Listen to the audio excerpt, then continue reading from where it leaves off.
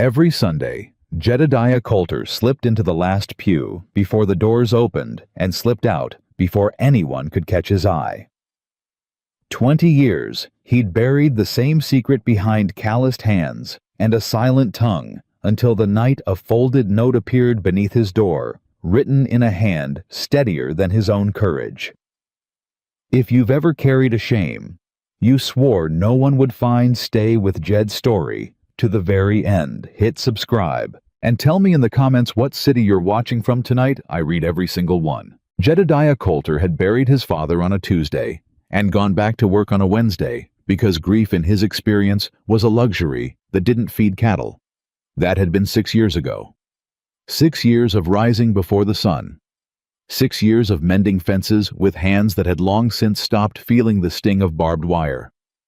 6 years of standing at the edge of every gathering in Copper Hollow, like a man waiting for permission to belong somewhere he already had a right to be. He didn't ask for much. He didn't want much. He wanted his cattle fed, his water running, and nobody looking at him too closely. Sunday mornings broke that rule. Sunday mornings, the whole town packed itself into the white clapboard church at the center of Copper Hollow, and Jed Coulter walked in 10 minutes late, sat in the last pew on the left and left before the final hymn finished ringing. He'd done it every week for 6 years. Nobody asked why. Nobody except Reverend Hale, and even he'd stopped asking after the 3rd year when he realized the only answer he'd ever get was a tip of the hat and a man's back disappearing through the door. This particular Sunday, the Reverend had a guest speaker, a circuit preacher passing through from Helena, and the guest preacher had a habit that Reverend Hale did not. He liked to call on members of the congregation to read scripture aloud. Jed felt it coming the way a man feels weather changing in his knees. The preacher's eyes swept the room searching for volunteers, and Jed did what he always did when danger came looking for him. He went still. He'd learned that from elk stillness was its own kind of hiding. It didn't work on preachers the way it worked on wolves. "You there, in the back." The whole church turned. Jed felt 30 pairs of eyes land on him at once, and every one of them might as well have been a brand pressed to his skin. "Sir, would you do us the honor?" 2nd chapter of Ruth, verse 11. Somebody handed him a Bible. It came down the pew from stranger to stranger, each person passing it along like it weighed nothing until it landed in his hands like a stone. He opened it. He stared at the page. The letters sat there in their neat black rows, and they might as well have been footprints of some animal he'd never hunted, tracks leading nowhere he could follow. The silence stretched. Somebody near the front cleared their throat. A child giggled, then got hushed by a mother's hand. "Take your time, friend," the preacher said, in the gentle voice of a man who had no idea what he was asking. Jed's jaw worked. His thumb pressed hard against the page, as if pressure alone might force the words to rearrange themselves into something he recognized. Nothing. He closed the Bible. "Reckon I'll pass," he said, and his voice came out rougher than he meant it to. He stood, handed the book back to the man beside him, and walked out of the church in the middle of the service, the door swinging shut behind him, loud enough that he heard it crack against the frame from halfway down the steps. Nobody followed him. Nobody ever did. He untied his horse from the post, swung up into the saddle, and rode for Coulter Ridge without looking back once. His father's voice found him on the ride home. It always did on days like this. Amos Coulter had been dead 6 years, and the man still had more to say to Jed than most of the living. "You're slow, boy. Always been slow. Ain't your fault. Some men got it, some don't." Jed had been 9 years old the first time his father said those words, standing over him at the kitchen table, with a slate and a piece of chalk, watching Jed's hand shake, trying to make sense of letters that scrambled themselves the moment he looked away. "Put that down. Go feed the stock. Letters ain't for men like us." He'd believed it. For 30 years he'd believed it so completely that he never once tried to prove it wrong. He'd built a whole life around the belief, a ranch that ran on memory and instinct instead of ledger's deals, sealed with a handshake instead of a signature, a world small enough that he never had to hold a piece of paper in front of another living soul. It had worked mostly. Copper Hollow was a small town, and small towns ran on trust as much as paper. But small towns were changing, and trust wasn't worth what it used to be. Otis Pruitt ran the general store the way he ran everything else in his life, loudly and with an audience. Jed came in on Monday for feed and nails, same as he did every week, and Otis had the mail waiting behind the counter, same as always, a thin stack held together with twine. "Got something for you, Coulter?" Otis slid it across the counter. "Came up from the land office in Helena." Jed's stomach dropped before his hand even touched it. He picked up the top envelope, turned it over. The paper was heavy official looking, with a seal pressed into red wax at the fold. "Something wrong with your eyes? Or you just admiring the penmanship?" Otis grinned at his own joke, glancing toward two men lingering by the tobacco tins, making sure they'd heard it too. One of the men chuckled. Jed recognized him, Duke Marsh foreman, out at the Whitlock, spread a man built like a barn door and twice as thick. "Maybe he's waiting for someone to read it to him." Duke said, "Not quiet about it at all.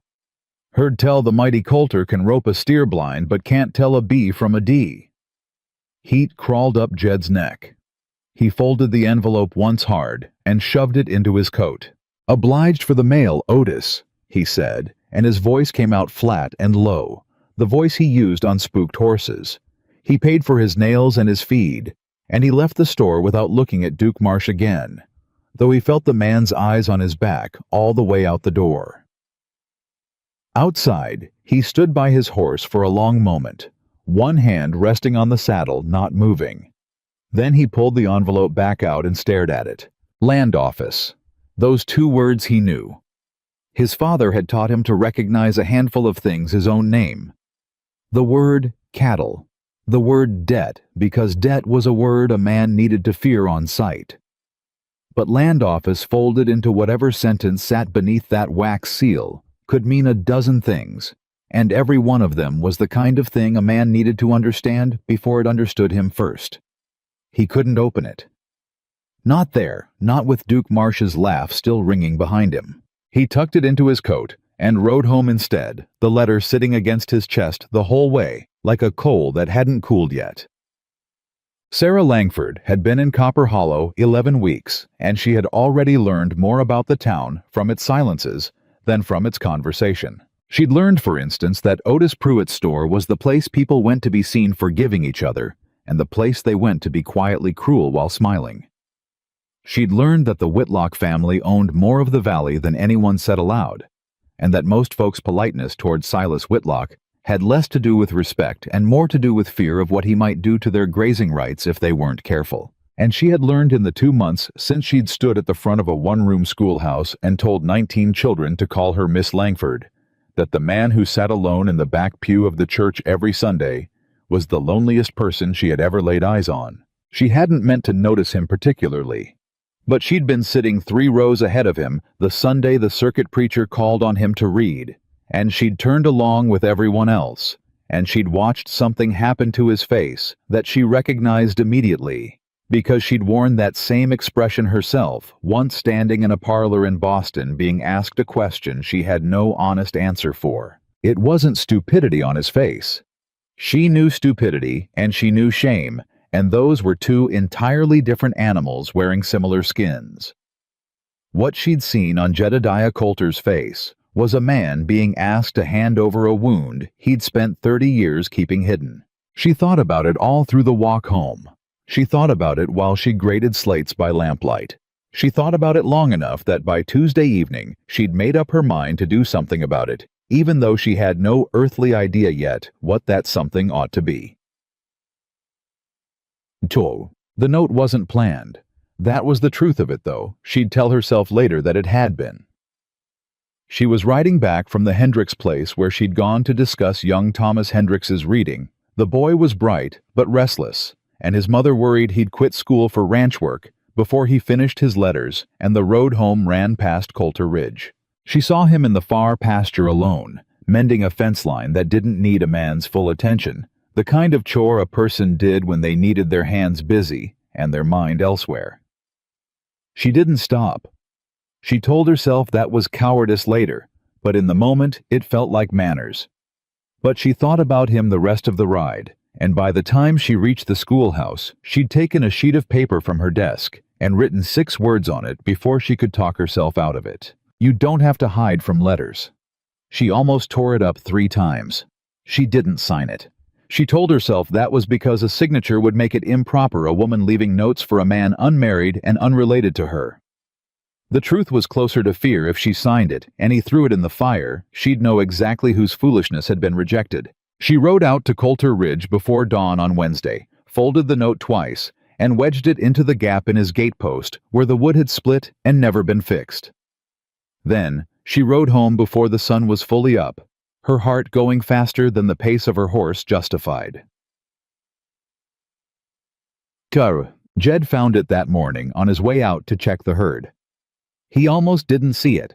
A scrap of white paper wedged into old split wood, easy to mistake for trash, caught in a fence post. He pulled it free out of habit, more than curiosity unfolded it, and stood there in the gray morning light, staring at 6 words he could not read. He knew it was words. He could see the shapes evenly spaced, deliberate. Somebody had written this on purpose, and left it for him on purpose, and both of those facts sat in his chest like stones. Who would leave him a note? He had no family left to write to him. No sweetheart. No business dealings that required paper, he made sure of that. He turned it over. Nothing on the back, no name. He almost threw it away. His hand actually drew back toward the burn barrel by the barn, the metal drum where he disposed of anything with writing on it, rather than let it sit around collecting dust and questions he couldn't answer. But something stopped him. Maybe it was the careful way the letters were formed, so unlike the scrawled bills and notices he was used to receiving. Maybe it was simple curiosity, a man wondering who in Copper Hollow thought enough of him to write anything down at all. He folded it instead and put it in his coat pocket next to the land office envelope he still hadn't found the courage to open. 2 pieces of paper, both silent, both demanding something from him he didn't know how to give. The land office envelope sat on his kitchen table for 4 days. He looked at it every morning over coffee. He looked at it every night before bed. On the 5th day, unable to stand it any longer, he saddled his horse and rode into town straight to the one person he trusted enough to ask old Ezra Watts, who ran the livery stable and had known Jed's father since before Jed was born. Ezra had learned his letters late in life too, though not as late as Jed, and he'd never once made Jed feel small for what he lacked. He was also conveniently half-blind these days, which meant he squinted hard at documents, and never asked too many questions about why a grown man needed help reading his own mail. "Sit," Ezra said, waving him toward a stool in the tack room, taking the envelope from Jed's hand and holding it at arm's length, then closer, then at arm's length again. He broke the seal, unfolded the paper. His lips moved slightly as he read the way a man reads who learned late and never quite stopped sounding words out in his head.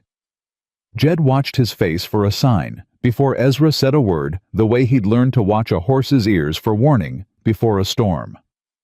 Ezra's face didn't give him good news. "Well," Ezra said finally, folding the paper back along its original creases, slow and careful. "This here's from the county land office. Says there's a survey dispute. Water rights. Says a Mr. Silas Whitlock has filed a claim saying the North Creek, the one runs through your upper pasture, was never rightfully deeded to your father. Says Whitlock's got paperwork from before the original survey showing it belongs to Whitlock land." Jed sat very still. "That's near on 1/3 of my grazing," he said quietly. "That creek runs my whole herd through summer." "I know it does. Whitlock's had eyes on my water for years." Jed's hands curled into fists on his knees. "Everybody knows it. Man's tried to buy me out 3 times since Pa died. Well, seems he's found himself a paper way to just take it instead of buy it." Ezra tapped the document. "Says here you got 30 days to respond with your own documentation proving the boundary or the land reverts to whoever's got the—" He squinted at the word again. "Prevailing claim. That's Whitlock, less you can prove otherwise." "My pa never kept much paper." "I know that too."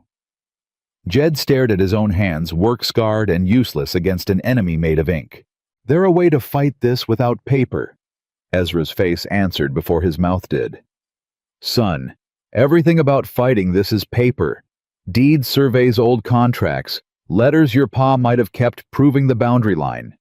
You're gonna have to go through everything your father left behind, find whatever proves that water's yours, and present it to a county judge in..." He checked the date on the letter, 26 days now since it took a week just getting here. Jed said nothing for a long moment. "And if there's a paper trail," Ezra added gentler now, "you're gonna have to be able to read it. All of it. Judge ain't gonna take kindly to a man standing in his courtroom needing someone to whisper his own evidence into his ear." The words landed exactly where Ezra probably didn't intend them to. Jed stood up so fast, the stool scraped hard against the floor. "Obliged for your time, Ezra." Jed. But he was already out the door, already swinging up onto his horse, already riding hard for Coulter Ridge. Like there was something back there he could outrun.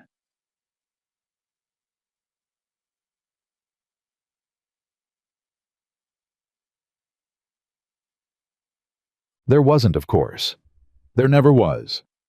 He spent that night tearing through the small trunk his father had left behind, the only place in the house where paper of any kind was kept, because Amos Coulter had trusted paper about as much as his son eventually would. Deeds. Letters. A marriage certificate for parents Jed barely remembered. All of it sitting there in black ink, patient and indifferent to the fact that Jed could not read a single line of it. He held up page after page to the lamplight, searching for anything that looked official. Anything with a seal or a map or a boundary line drawn in his father's careless hand. He found a folded paper with what looked like a crude drawing on it. Lines that might have been a creek. Might have been anything but. There was writing crowded around the edges of it, and without the writing, the drawing meant nothing at all. He sat on the floor of his father's old room, surrounded by 30 years of paper he could not read, and for the first time since he was 9 years old, sitting at a kitchen table with a slate, Jedediah Coulter put his face in his hands and let himself feel exactly how small this made him. He didn't go looking for her. That part he'd insist on later, whenever he told this story, and he would tell it eventually, though, not for a long while yet. He didn't go looking for the schoolteacher. Fate, or foolishness, or something he wasn't ready to name, yet just happened to put her in his path. It happened 3 days after Ezra's warning, on a morning when Jed rode into town for supplies. He didn't much need mostly, because sitting alone at Coulter Ridge with that trunk of unreadable paper had started to feel like drowning in a room with no water in it. He was tying his horse outside the mercantile when he heard children's laughter spill out of the schoolhouse across the road, followed by a woman's voice calm and clear, dismissing them for the noon hour. He watched the children scatter like a covey of quail, and he watched the schoolteacher step out onto the porch behind them, shading her eyes against the sun. And something about the way she stood there, steady, unhurried, watching her students run off into the day, made him stop what he was doing and just look at her a moment longer than was polite. She turned and caught him at it. Jed looked away fast, busying himself with a saddlebag buckle that didn't need adjusting. She crossed the road anyway. "Mr. Coulter." Her voice up close was even steadier than it had sounded across the street. "I don't believe we've been properly introduced. Sarah Langford." "Ma'am." He touched the brim of his hat, kept his eyes somewhere around her shoulder rather than her face. "Jedediah Coulter." "I know. Copper Hollow isn't a large town, Mr. Coulter. Most everyone knows everyone else's name." "Reckon that's true." She studied him a moment, and he had the distinct feeling of being read himself the way he imagined a person might feel under the eyes of someone who actually could make sense of what was written on a page. "I wonder," she said, "if I might ask you something, and I hope you won't take offense." His jaw tightened. He had a fair guess what was coming, and every muscle in his body wanted to be back on his horse and gone before she said it. "You can ask. Did you receive a note left at your gate several days back?" So it had been her. He didn't answer right away. He looked at her properly, then for the first time, a woman with steady brown eyes, and no trace of the pity he'd braced himself for, only something that looked closer to patience. "That was you," he said. It wasn't quite a question. It was. "Why?" The question came out harder than he meant it, but she didn't flinch from it. "Because I watched what happened to you in church a few Sundays back. Mr. Coulter and I recognized something in your face that I don't believe anyone else in that congregation understood." "Ain't nothing to understand. I just don't much care for reading aloud in front of folks." "That's not what I saw." Jed's hands curled at his sides. "With respect, ma'am, you don't know me well enough to say what you saw. You're right, I don't." She didn't back down, didn't soften her voice to smooth over his temper, the way most folks did when he got sharp with them. "But I've been teaching children to read for 11 weeks in this town, and I've seen every kind of struggle a person can have with letters, children who mix them up, children who are too proud to ask for help, children who are simply scared of failing in front of their friends. And I recognized every single one of those things on your face that Sunday, Mr. Coulter, except you're not a child, and you've had a great deal longer to build a wall around it." The truth of it hit him low in the gut hard enough that for a moment he couldn't find a single word to throw back at her. "I don't need charity," he said finally low. "I'm not offering charity. I'm offering a skill same as I'd offer anyone. What you do with that offer is entirely your own business." She held his gaze a moment longer, then nodded once, like the conversation had reached its natural end, whether he wanted it to or not. "The schoolhouse sits empty most evenings after supper," she said. 6 o'clock if you ever find yourself curious. No one need know but the two of us."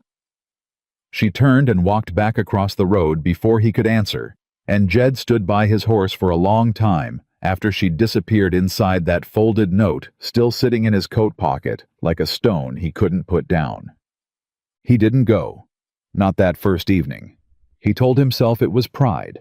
He told himself it was 30 years of his father's voice telling him letters weren't for men like them. He told himself a dozen things while he sat alone at his kitchen table that night, staring at the unopened trunk of paper in the corner of the room, 23 days now standing between him and a courtroom he had no way to face. He didn't go the second evening either.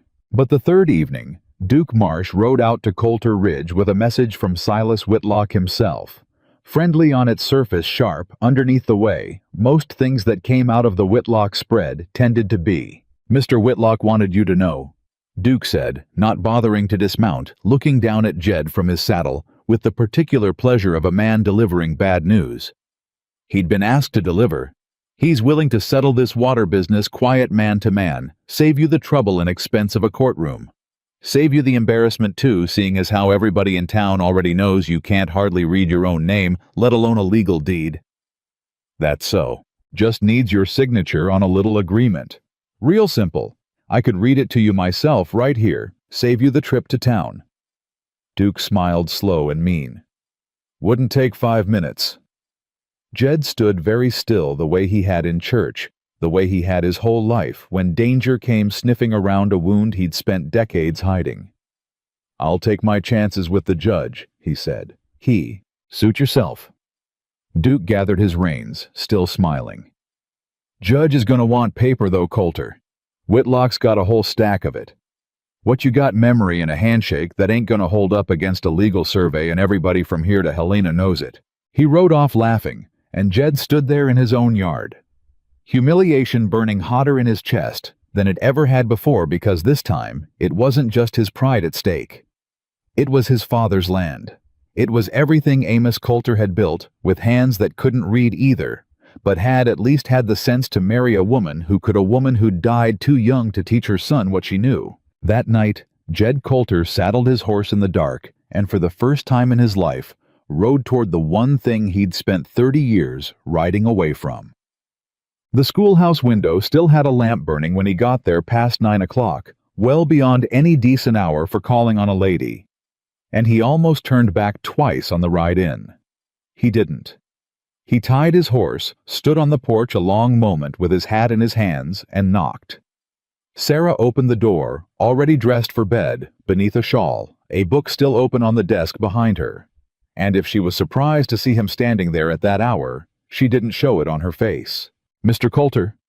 "Ma'am, I know it's late.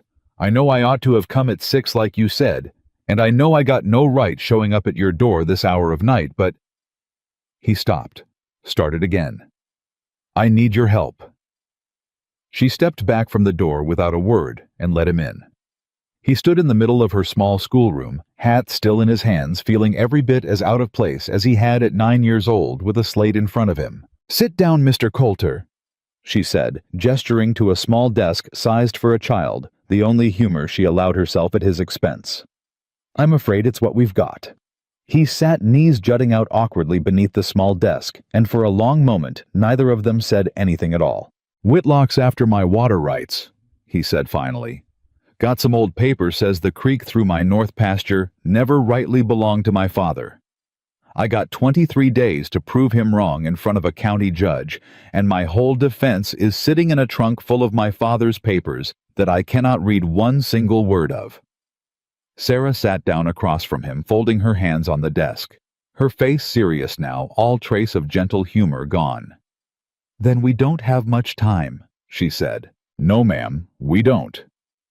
"I want to be honest with you, Mr. Coulter, because I think you deserve honesty more than most. Learning to read, truly read well enough to make sense of legal documents that typically takes months, sometimes years depending on the person." Jed's jaw tightened. "I got 23 days. I know." She held his gaze steadily. "So we won't try to make you a scholar in 23 days. We'll teach you exactly what you need to survive that courtroom, and we'll do it faster and harder than I've ever taught anyone in my life. But I need you to understand something first." "What's that?" "This isn't going to feel good. It's going to feel exactly the way it felt in church that Sunday, worse some days because we'll be doing it over and over until it finally breaks open. If you're not willing to sit in that feeling, Mr. Coulter, we shouldn't start at all because half-hearted won't save your water rights." Jed looked down at his own hands, work-scarred and strong and completely useless against the thing he was about to face. "My father told me letters weren't for men like us," he said quietly. "Told me that when I was 9 years old, and I built my whole life around believing him." "And what do you believe now?" He was quiet a long moment.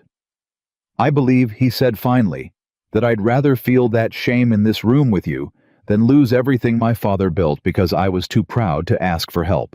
Something shifted in Sarah's face, not quite a smile, but close to it, the particular satisfaction of a person watching someone choose the harder, better road.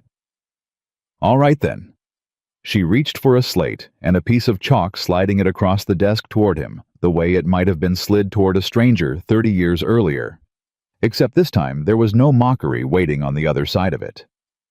"Let's begin with your name." The first lesson lasted 2 hours, and it very nearly broke him. She started simple. The alphabet letter by letter, sounds paired with shapes, the same foundation she'd have given any 6-year-old on their first day of school. Jed's hand, so steady on a branding iron or a length of rope, shook holding the chalk. "It's all right," she said, when his first attempt at his own name came out as a jumble of backward letters and crossed lines. "Try again." "This is foolish." "It isn't. I'm 39 years old sitting at a child's desk trying to spell my own name and failing at it. You're 39 years old learning something you were never given the chance to learn before now. There's no shame in that, Mr. Coulter. The shame was in whoever decided you weren't worth teaching." He looked up at her sharply, at that something raw moving behind his eyes. "That was my own father," he said. "Then your father was wrong," Sarah said simply and without hesitation. "And I imagine some part of you has known that for a very long time, even if you've never let yourself say it out loud." Jed said nothing, but his hand steadied just slightly, and when he tried his name again, the letters came out crooked, but recognizable. J-E-D. He stared at it a long moment. "That's—" His voice caught, and he had to clear his throat before he could finish. "That's my name." "That's your name?" Sarah agreed quietly. He didn't cry. Jedediah Coulter hadn't cried since he was 9 years old at that kitchen table, and he wasn't about to start now in a child's desk in front of a woman he'd known for less than a week. But something in his chest loosened that had been clenched tight for 30 years, and he sat there staring at 3 crooked letters, like they were the first true thing he'd ever managed to say. They met every night after that, 6 o'clock sharp, and some nights not ending until well past 10. Jed riding home in the dark with his head full of letters and sounds and shapes, 22 days, then 20, then 18, ticking down toward a courtroom he still wasn't sure he'd survive. The lessons were brutal in a way Jed had never expected book learning to be. His hand cramped. His eyes burned from squinting at shapes that refused to hold still in his mind. More than once he slammed the chalk down hard enough to crack it standing up from that too small desk with his jaw tight and his eyes wet with frustration he refused to let fall. I can't. You can. I've tried this same word 4 times, Sarah, and it still don't make a lick of sense to me. It was the first time he'd used her given name. Neither of them remarked on it, though something passed between them in the silence that followed quiet and unnamed. Then we try it a 5th time, she said, and a 6th if we have to. You didn't learn to break a wild horse the first time you sat a saddle, Jed. Why would this be any different? He looked at her a long moment, breathing hard frustration and something else entirely warring behind his eyes. Because a horse never made me feel stupid, he said quietly. This does. Every single night. You're not stupid. Her voice was firm now, no softness in it at all. I need you to hear that, and I need you to believe it, because it's going to matter a great deal more than any word we learn in this room. You are a man who was denied something every child deserves, and you have spent 30 years compensating for that denial so well that most people never even noticed. That is not stupidity, Jed. That's survival. And now you're doing the hardest thing a grown man can do, which is admitting the survival isn't good enough anymore and starting over from nothing. That takes more courage than anything I've ever watched anyone do. Jed sat back down slowly. He picked the chalk back up. He tried the word a 5th time. Word got around, the way it always did in a town the size of Copper Hollow. Jed's horse, tied outside the schoolhouse most every evening well past dark, didn't go unnoticed for long. It was Otis Pruitt who said it loudest, of course, leaning across his counter to a cluster of customers on a Saturday morning, while Jed stood not 30 feet away pretending to study a shelf of nails he had no interest in. School teacher's got herself a new pupil, Otis said, grinning wide. Grown man, if you can believe it. Wonder what exactly Miss Langford's teaching him out there alone every night past dark. Laughter rippled through the store. Jed's ears burned, but he kept his eyes on the nails, kept his hands still, kept his breathing even, the way he'd trained himself to stay calm around anything that might spook. Careful, Otis, said one of the other men lower, though not low enough. Whitlock's got that judge coming down from Helena in a few weeks. Might be Coulter's just trying to learn enough to keep from losing his whole spread. Man's desperate is all. Desperate men do foolish things, Otis said. Wouldn't be the first fellow to lose his head over a pretty face while his ranch burns down around him. Jed set down the box of nails he'd been holding harder than he meant to, the sound sharp enough that the whole store went quiet and every eye turned toward him. Say what you got to say to my face, Otis. He said, his voice low and even. Or don't say it at all. Nobody said anything else. Jed paid for what little he'd actually come for and walked out without looking at any of them jaw tight. The whole ride home, Otis's laughter still ringing in his ears no matter how far he rode. Doctor, he almost quit that night. He sat in his kitchen with the trunk of papers still open in the corner 17 days left and told himself the whole thing was a fool's errand, the reading the lessons, all of it. Told himself he'd rather lose the water rights than let the whole town keep laughing at him while he tried and failed to become something he wasn't. He didn't go to the schoolhouse that evening. Sarah didn't come looking for him, not that night. but the following morning he found another note wedged into the same split fence post where the first one had appeared, and this one wasn't unsigned. A man doesn't stop learning to read because a fool laughed at him for trying. He stops because he decided the fool was right. Don't decide that, Jed. S.L. He read it himself. Slowly, sounding out each word the way she'd taught him, his lips moving silently. And when he finished, he stood in his own yard holding that scrap of paper like it was the most important document he'd ever held in his life. More important in that moment than any deed or survey sitting in that trunk. He saddled his horse and rode into town that evening, same as always, 6 o'clock sharp. "You came back?" Sarah said when he walked through the schoolhouse door. "Almost didn't." "I know. I heard about Otis Pruitt's store. Small town. The smallest." She gestured him toward the desk. "Sit down, Jed. We've got 16 days and a whole document to make sense of before the judge arrives. Otis Pruitt's opinion of how you spend your evenings isn't worth another minute of your time, and it certainly isn't worth your water rights." He sat. "Why do you care so much?"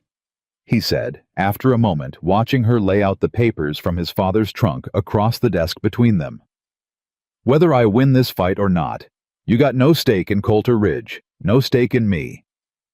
Sarah paused, her hand resting flat on one of the old documents, and for the first time since he'd known her, something like hesitation crossed her face. "I left Boston," she said slowly, "because a man decided he knew better than I did what I was capable of. My father actually, and the gentleman he'd arranged for me to marry, both equally certain that a woman's mind was a delicate, limited thing, best kept small and quiet and grateful. I spent 26 years being told what I could and couldn't understand, Jed, by men who never once bothered to test whether it was true." Her eyes came up to meet his, steady and fierce in a way he hadn't seen from her before. "So when I watch this town decide that you're less of a man because you never had the chance to learn something the rest of them take for granted, when I watch Otis Pruitt and Silas Whitlock and every small cruel person in Copper Hollow treat you like you're somehow lesser for it, I recognize exactly what that is. And I refuse to stand by and watch it happen to another person, not while I have breath in my body and the ability to do something about it." Jed sat very still, absorbing that something in his chest, shifting in a way he didn't fully have words for yet. "That took courage," he said finally. "Leaving Boston. Leaving all that behind." "It did. And it very nearly broke me some days being that alone in a place I'd never seen with no one who knew me at all." She held his gaze a moment longer. "So no, Jed. I don't have a stake in Coulter Ridge, and I never met your father, and I owe you nothing at all. But I know exactly what it costs to fight for the right to be seen as capable, and I am not about to let you fight that battle alone if I have any power to stand beside you in it." Neither of them said anything for a long moment after that. Then Jed picked up his father's document, squinted at the first crowded line of ink, and began slowly to sound out the words. The lessons changed after that night. Something between them had shifted quiet and unspoken, and though neither of them named it, it showed in small ways in how she no longer stood back at arm's length while he struggled, but pulled her chair around beside his, so their shoulders nearly touched over the paper. In how he stopped leaving the moment the lesson ended, lingering instead at the door, with his hat in his hands, searching for some excuse to stay another few minutes. 12 days before the hearing, they made their first real breakthrough on his father's papers. Buried in the trunk beneath deeds and letters Jed still couldn't fully parse, they found a hand-drawn survey map, old and creased soft with age. His father's rough handwriting, labeling the boundary lines in ink gone brown with time. "Jed." Sarah's voice had gone sharp with excitement. "Look at this." He leaned over the map, following her finger, as she traced a line running along what was unmistakably the North Creek. His creek, the one Whitlock claimed, had never belonged to Coulter land at all. "That's dated," she said. 11 years before Whitlock's survey. If this is authentic, if a judge accepts your father's original claim as prior, this could be everything we need." Jed stared at the fragile old paper, his father's handwriting still visible on it after all these years, and felt something crack open in his chest that had nothing to do with fear. He kept this. Jed said quietly. All these years. Never told me. Never showed me. Maybe he meant to, Sarah said gently. Maybe he ran out of time. Jed's throat tightened. He thought of his father at that kitchen table telling a 9-year-old boy that letters weren't for men like them, and he wondered for the first time in 30 years whether that had been less about what his father believed and more about what his father had been too afraid, or too proud, or simply too worn down by his own hard life to ever try to fix. I got 11 days, Jed said, to learn to read this whole thing well enough to stand in front of a judge and defend it myself. Sarah looked at him steadily. Then we'd better not waste another minute of them, she said, and pulled her chair closer still. They worked past midnight most nights. After that, the schoolhouse lamp burning long after the rest of Copper Hollow had gone dark and quiet around them. Jed's reading came faster than either of them had dared hope not, because the shame disappeared, but because he'd found something stronger than shame to push against it. His father's own hand reaching across 11 years, offering him one last piece of proof that Amos Coulter had, in his own broken and imperfect way, tried. Word of the courtroom date spread through Copper Hollow, the way everything did, and with it spread the certainty among most of the town of exactly how it would end. Silas Whitlock had money and lawyers, and a survey drawn up proper by men paid well to draw it his way. Jed Coulter had a trunk full of old paper and a school teacher's evening lessons, and to most folks in town, that didn't sound like much of a fight at all. But on the 9th night before the hearing, Jed Coulter sat in a child's desk in an empty schoolhouse and read slowly, haltingly, but read out loud from start to finish the full text of his father's original land claim, the very document that would either save Coulter Ridge or lose it forever. When he finished, he sat back breathing hard and looked up to find Sarah watching him with an expression he'd never once seen on another living soul's face when they looked at him. It wasn't pity. It wasn't surprise. It was something closer to pride. You did it, she said quietly. We did it, Jed said, and for the first time since he was 9 years old, the words came out of him without a single trace of shame. Sarah didn't let the moment sit for long. She let him have it one full breath of pride, his own name, and his father's claim finally alive in his mouth instead of buried in his throat. And then she reached across the desk and turned the paper back around to face him. Read it again, she said. Sarah, I know what you just did. Read it again. Start to finish without stopping this time. A judge won't care that you did it once by lamplight with me sitting beside you. He'll care whether you can do it standing alone in a courtroom full of men waiting for you to fail. Jed looked at her for a long moment, something between exasperation and admiration moving across his face, and picked the paper back up. He read it again. Slower in places, faster in others, stumbling twice over words that had given him trouble all week, but he got through it start to finish, and when he set the paper down this time, there was no shaking in his hand at all. Better, Sarah said. Better, Jed agreed. Not good. Good is for men who've had 30 years to practice. You've had 10 days. Better is a miracle Jed and you ought to let yourself feel it as one just for tonight. He almost smiled. It was a rare enough thing on his face that Sarah found herself watching for it the way a person watches weather break after a long dry spell. 10 days left, he said. 9 once the sun comes up. Feels like both nothing and forever. That's exactly what it is, Sarah said, and began gathering the papers into a careful stack, squaring their edges against the desk. Now, go home and sleep, Mr. Coulter. Tomorrow, we start on the parts of this that worry me more than your reading does. Jed paused at the door hat in hand. What worries you more than my reading? Sarah didn't look up from the papers. Whitlock isn't going to fight fair. A man who tries to steal water from a family for years doesn't stop being ruthless just because his opponent learned his letters. She was right to worry. She just didn't yet know how right. Ezra Watts found Jed at the livery 2 mornings later, and the old man's face carried none of its usual easy humor. Got some news you ain't gonna like. Ezra said, keeping his voice low, even though the stable was empty, but for the two of them and a half-dozen dozing horses. Whitlock's brought in a lawyer. Fella name of Cyrus Beetle come up special from Helena. Word is he's argued in front of near every judge in the territory and won more than he's lost. Jed's stomach tightened. A lawyer's just a man who talks fancy about paper. Maybe so, but there's more. Ezra glanced toward the open stable door, as if the walls themselves might be listening. Judge coming down to hear the case, Harlan Voss. He's stayed out at the Whitlock spread before. Hunting trip 2 summers back. Whitlock hosted him proper from what I hear.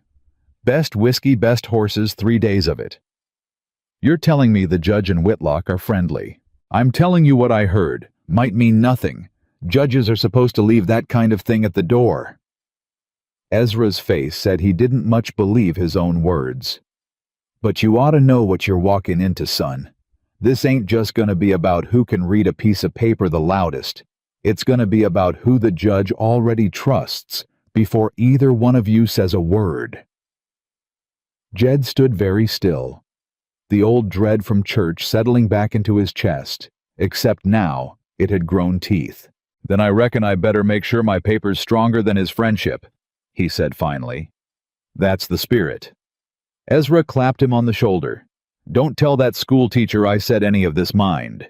Woman's already got enough weight on her without me adding worry to it. But Jed told her anyway that same evening, because he'd already learned in 10 short days that carrying things alone had never once made him stronger, only lonelier. Sarah's face went tight and thoughtful as he laid it out, and when he finished, she was quiet long enough that he started to regret telling her at all. Then we don't just need your father's map, she said finally. We need more than one piece of proof. Something a friendly judge can't wave away without looking corrupt in front of a room full of witnesses. Where in God's name am I supposed to find more proof I already tore through everything my father left? Then we look somewhere he didn't. Sarah stood already moving toward the small shelf where she kept the town's few records she'd borrowed for her students' history lessons. Church registries, tax rolls, anyone still living who remembers where that creek ran before either of our families set foot in this valley. Jed watched her move with a kind of fierce, focused purpose that struck something loose in his chest. Not pity, not gratitude exactly. Something closer to the beginning of a feeling he didn't yet have a name for, and wasn't at all sure he was allowed to. The trouble came from a direction neither of them expected. Cornelius Datchet ran the Copper Hollow School Board, the way he ran his mercantile ledgers, with an eye fixed firmly on whatever kept the largest depositors happiest, and Silas Whitlock had been the largest depositor in Datchet's bank for going on 9 years. He came to the schoolhouse on a Thursday afternoon while children still lingered over their slates and waited with visible impatience until the last of them had filed out before he spoke. Miss Langford, a word. Of course, Mr. Datchet. Sarah closed the door behind the final student and turned to face him, already reading something unpleasant in the set of his mouth. It's come to the board's attention. Datchet began, in the tone of a man who'd rehearsed his opening, that you've been entertaining a gentleman caller here in the schoolhouse. Alone. Well past proper hours. Sarah's spine straightened. I've been teaching an adult student to read, Mr. Datchet. Mr. Coulter has a legal matter requiring literacy he was never given the chance to acquire as a child. I fail to see the impropriety. An unmarried woman and an unmarried man alone in a building after dark several nights a week for the better part of 2 weeks.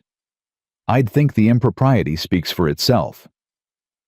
Then perhaps the board ought to spend less time speaking about it and more time considering why a man in this town reached 39 years old without ever once being taught his letters.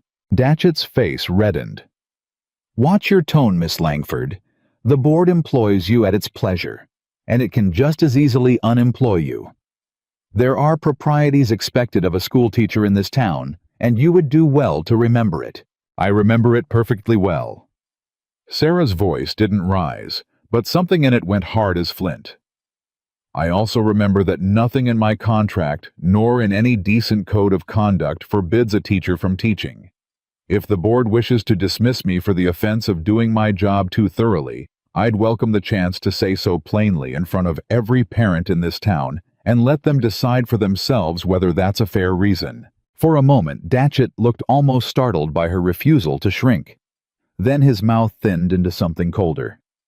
"The board meets in 1 week," he said. "I'd suggest you consider your position between now and then, Miss Langford. Mr. Whitlock has been a generous friend to this school. Generous friends have a way of becoming less generous when they're displeased." He left without another word, and Sarah stood alone in the empty schoolhouse for a long moment. Afterward, her hands trembling slightly, with an anger she hadn't let herself show, in front of him. She didn't tell Jed. Not that evening, not the next. She told herself it was because she didn't want to distract him from the reading, with 9 days narrowing toward 8, then 7. The truth sat closer to something else, a stubborn refusal to let herself become one more burden on a man already carrying more than his share. But Jed had spent 30 years learning to read rooms, even when he couldn't read pages. And by the third evening, he set down the paper he'd been working through and looked at her directly. "Something's wrong." "I'm fine. Sarah."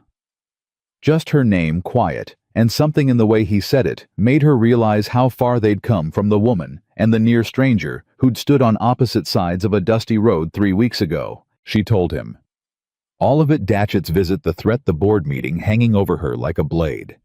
Jed's face went hard in a way she hadn't seen before, not even the night Duke Marsh had mocked him outside the general store. "This is because of me." "It's because of Whitlock. There's a difference." "Is there?" Jed stood, paced the small width of the schoolroom, once, twice, his jaw tight. "You could lose your position, your whole life here, because you were fool enough to help a man who couldn't even read his own name a month ago. Don't." Sarah's voice cracked like a whip, sharp enough that he stopped mid-pace. "Don't you dare stand there and call yourself a burden to me, Jedediah Coulter, as if I'm some fragile thing that wandered into your trouble by accident. I chose this. I chose you. I chose to teach you. I mean," she corrected too fast, color rising in her cheeks, "and I will not have you deciding on my behalf what risks are worth taking with my own life. I won't let you lose everything you built here because of my fight. It stopped being only your fight the moment I left that first note at your gate." She stepped closer, refusing to let him retreat into the same stubborn silence that had cost him 30 years already.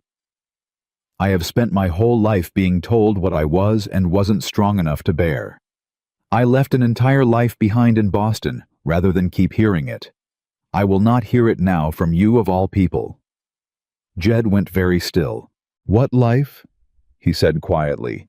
"Did you leave behind in Boston?" Sarah's mouth opened, then closed. For the first time since he'd known her, she looked like a woman caught somewhere she hadn't meant to go.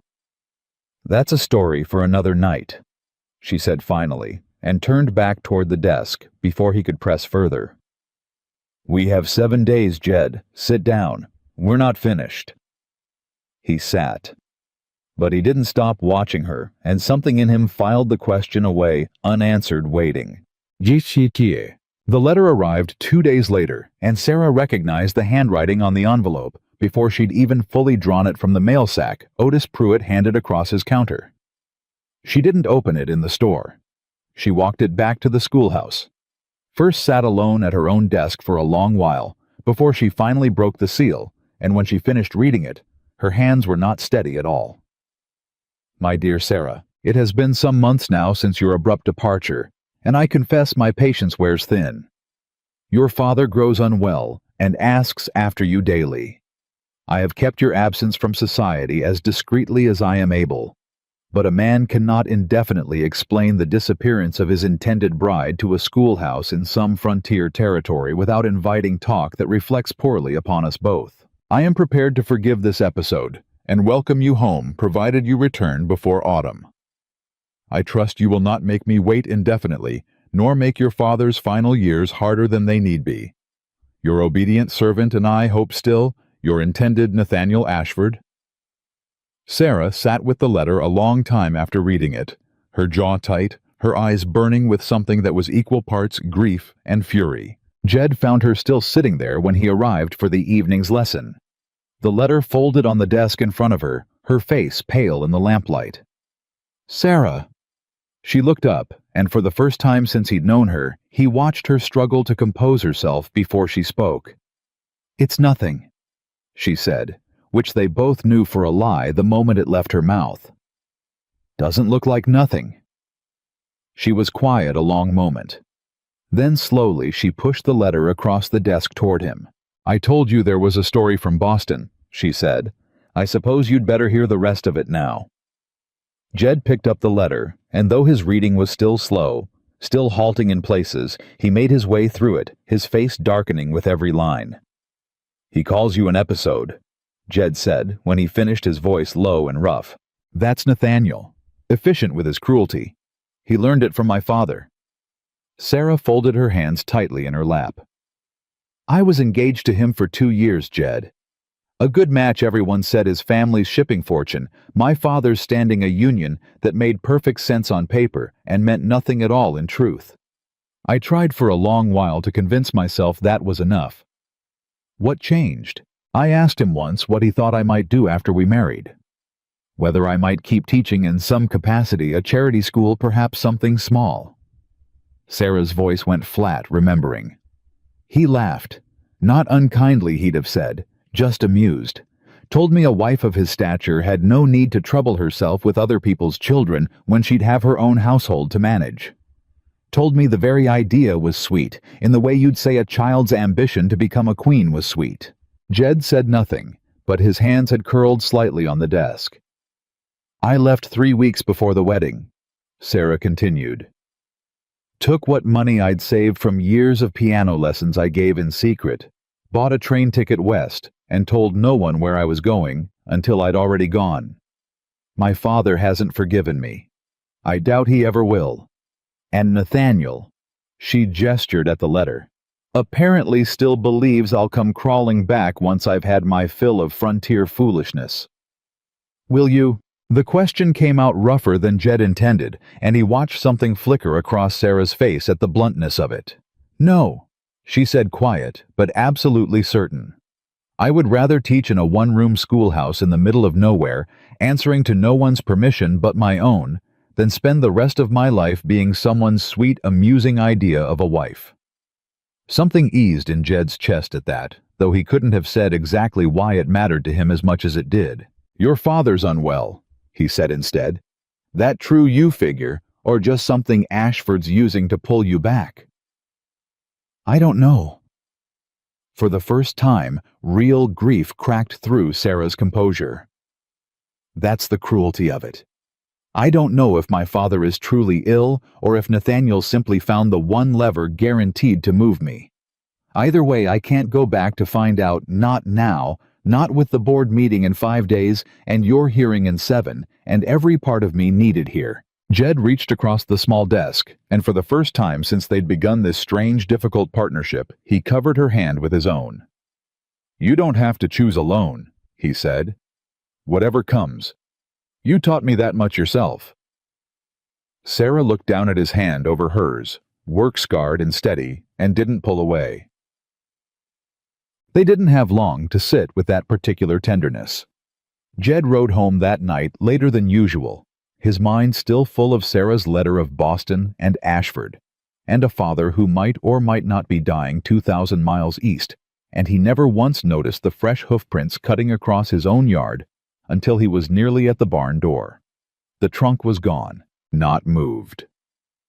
Gone. The room ransacked the floor, littered with papers that had been left behind because they weren't worth stealing, and in the ashes of his own hearth, still faintly warm, the unmistakable curled black remains of what had once been paper. Jed stood in the doorway of his father's old room for a long moment, unable to make his legs carry him further inside. Then he was on his knees at the hearth pulling burnt fragments toward himself with shaking hands, searching desperately for any scrap of the map that might have survived. He found one corner. A single corner. the ink smeared and half consumed by fire. The boundary line his father had drawn burned away entirely. Nothing left but a jagged edge of paper and the ghost of what had once been proof. No. The word tore out of him raw and broken. No, no, no. He searched the rest of the ashes until his hands were black with soot, and his knuckles bled from scraping against the hearthstones, and found nothing else. The deed. The map. 11 days of work. His father's own hand reaching across a decade to save him all of it, gone to smoke in the space of a single evening, while he'd been 3 miles away, holding a schoolteacher's hand and talking about Boston. He rode for town that same night, fury and grief driving him harder than sense should have allowed, and found Duke Marsh exactly where he expected, drinking at the saloon, with 2 other Whitlock hands, laughing at something that died the moment Jed shoved through the door. "Where is it?" Jed said. His voice didn't rise. It didn't need to. "Where's what Coulter—" Duke's grin was slow, insolent, entirely too satisfied for a man being asked nothing at all. "My father's papers. My deed. You know exactly what I'm talking about." "Can't imagine what you mean." Duke turned back to his whiskey unbothered. "Maybe you misplaced 'em. Seems the kind of mistake a man makes when he's spending all his evenings somewhere other than tending his own house." Jed crossed the room in 3 strides and had Duke by the collar before either of them fully registered it happening, hauling the bigger man half off his stool. "You burned it," Jed said, low and shaking. "You took what belonged to my father and you burned it, and you're going to stand there and grin at me about it." "Careful, Coulter." Duke's grin never wavered even with Jed's fist knotted in his shirt. "Man goes accusing folks of crimes he can't prove with witnesses standing right here to hear him do it. That's a fine way to end up in worse trouble than a water dispute. Especially a man who, last I heard, still ain't too clear on which end of a warrant is his own name." The room had gone silent around them, every eye fixed on the 2 men, and Jed felt the old shame rear up alongside the fury.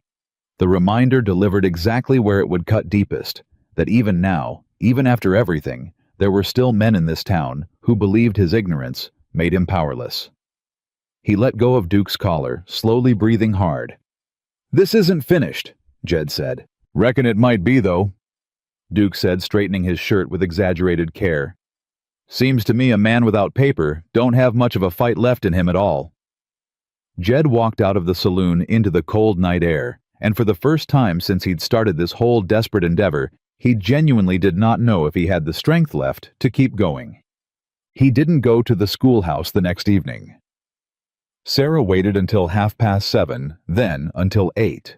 The lamp burning low, a familiar dread building in her chest that had nothing to do with her own troubles and everything to do with the empty desk across from hers. She rode out to Coulter Ridge herself, propriety be damned, and found Jed sitting alone on the porch steps in the dark, not even a lamp lit inside the house behind him. "Jed, go home, Sarah." His voice came out hollow, defeated in a way she'd never once heard from him, not even that first Sunday in church. "Ain't no use in more lessons now. It's over." She dismounted anyway, walked up the steps, and sat down beside him without asking permission. "Tell me what happened," he told her. The trunk, the fire, Duke Marsh's grin in the saloon. Every word came out of him low and defeated, and by the time he finished his hands were shaking again, though this time from grief rather than rage. "Everything my father left. Gone. 11 days of work gone because I was fool enough to leave it in an empty house while I went off chasing letters like some kind of—" "Don't!" Sarah's voice cut through the darkness sharp enough to stop him. "Don't you dare finish that sentence with something cruel about yourself, Jed Coulter. Not after everything I've watched you fight through to get here.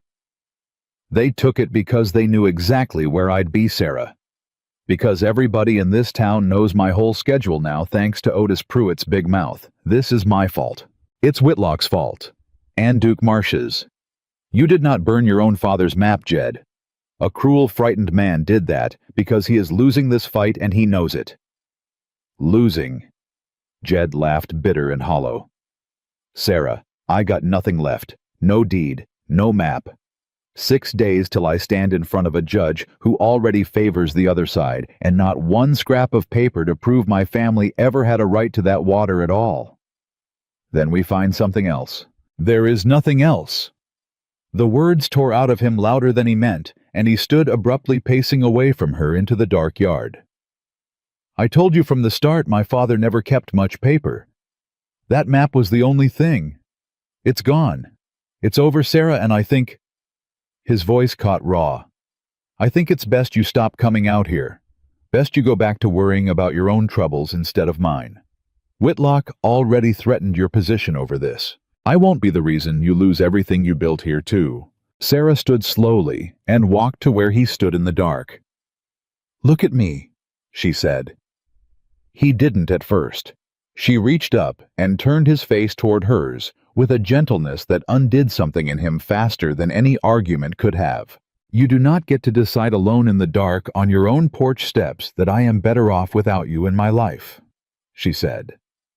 I have spent my entire life having men decide for me what I could bear and what I couldn't. I will not have it from you, too. Do you understand me? I'm trying to protect you. I don't need protecting. I need a partner who trusts me enough to let me choose my own risks. Her voice softened just slightly. 6 days isn't nothing, Jed. It's 6 more days than you had an hour ago before you decided to give up. Your father may not have kept much paper, but he wasn't the only living soul who remembers where that creek used to run. Jed went still. What are you saying? I'm saying Ezra Watts has lived in this valley longer than either of us has been alive. I'm saying there are old-timers scattered across this territory who might remember your father staking that claim with their own eyes, long before any survey was ever drawn on paper. I'm saying a judge who won't trust a burned map might still trust the sworn word of enough honest witnesses standing in a row. She held his gaze steady in the dark. We are not finished, Jed Coulter. Not unless you decide we are. And I don't believe not for one single moment that the man I've watched fight his way through 11 days of shame to read his own father's handwriting is a man who quits now. Yet Samin Kutigati. Jed stood there a long moment, something rebuilding itself behind his eyes piece by slow piece. 6 days, he said finally. 6 days, Sarah agreed. Starting tonight, saddle up, Mr. Coulter. We're going to see Ezra Watts. So, Ezra listened to the whole story, with his jaw set tight, and when they finished, he didn't hesitate. Widow Hutchins, he said. Been in this valley near 60 years. Lived up near the North Creek herself, back before your daddy ever bought that land, Jed. If anybody remembers where that water rightly ran before any surveyor came through with his fancy instruments, it's her. She's still living, Jed asked.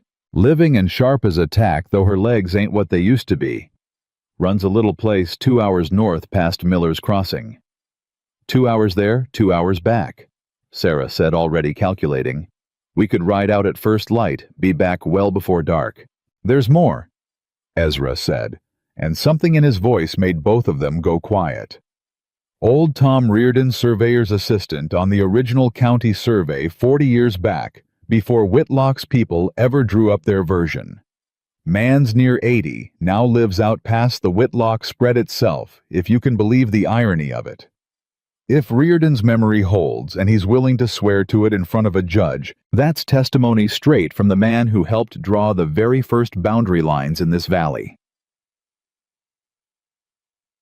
Would he do it? Jed asked. Man's neighbor to Whitlock. Might not want the trouble. Might not, Ezra admitted. But Tom Reardon never did care much for Silas Whitlock, not since Whitlock tried buying out his own grazing rights some years back and got refused. Man's got a stubborn streak a mile wide, worth the ride to ask him plain. Sarah was already on her feet. Then we split the days we have left. Widow Hutchins first thing tomorrow. Tom Reardon the day after. And if neither one agrees to testify? Jed asked quietly. Sarah looked at him steady and unflinching even now. Then we'll have tried everything within our power, and we'll walk into that courtroom with whatever truth we can still carry, she said. But I don't intend to find out we failed before we've even asked Jed. Not while there's still time on the clock. Sam. Widow Hutchins turned out to be a small, fierce woman with silver hair pinned severely back and eyes that missed nothing, and she remembered Amos Coulter the moment Jed said his father's name. Amos Coulter. She said it like tasting an old memory. Big fella quiet, kept mostly to himself. Used to water his herd right along that North Creek summer after summer, long before the Whitlocks ever set foot in this valley with their fancy surveyors and their fancier lawyers. Ma'am, would you be willing to say that in front of a judge? Jed asked, his voice careful, hopeful, in a way he was almost afraid to let show. In 6 days' time in the county courthouse, under oath. Widow Hutchins studied him a long moment, then Sarah beside him, and something in her face softened. You're Amos's boy, she said. It wasn't a question. Yes, ma'am. He was a good man, whatever else folks might say about him now that he ain't around to speak for himself. I'll come, she said with the flat finality of a woman who'd made up her mind decades ago about most things, and rarely changed course. Silas Whitlock's daddy tried to claim that same stretch of water back when I was a younger woman and got told plain by every soul living along that creek that it wasn't his. Seems the son's just as greedy and just as wrong as the father was. Jed felt something loosen in his chest for the first time since the fire, a thread of hope thin but undeniably real. Tom Reardon proved harder to convince, gruff and suspicious at first, wary of any trouble that might come from crossing his powerful neighbor.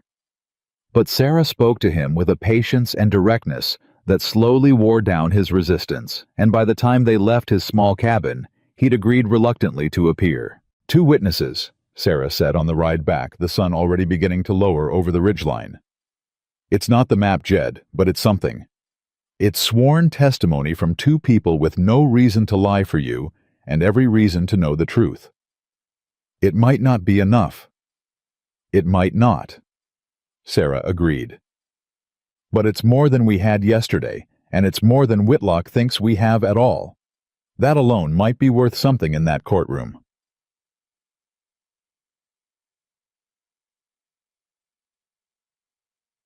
The confrontation came the day before the board meeting, and Silas Whitlock came himself, this time riding out to Coulter Ridge at midday, with an ease that suggested a man entirely confident in his own victory. He didn't dismount. He sat his horse at the edge of Jed's yard, looking down with the particular satisfaction of a man who believed the outcome already settled and waited for Jed to come out to meet him. Coulter. Whitlock's voice carried the same false warmth Jed remembered from years of small dealings between them back before any of this began.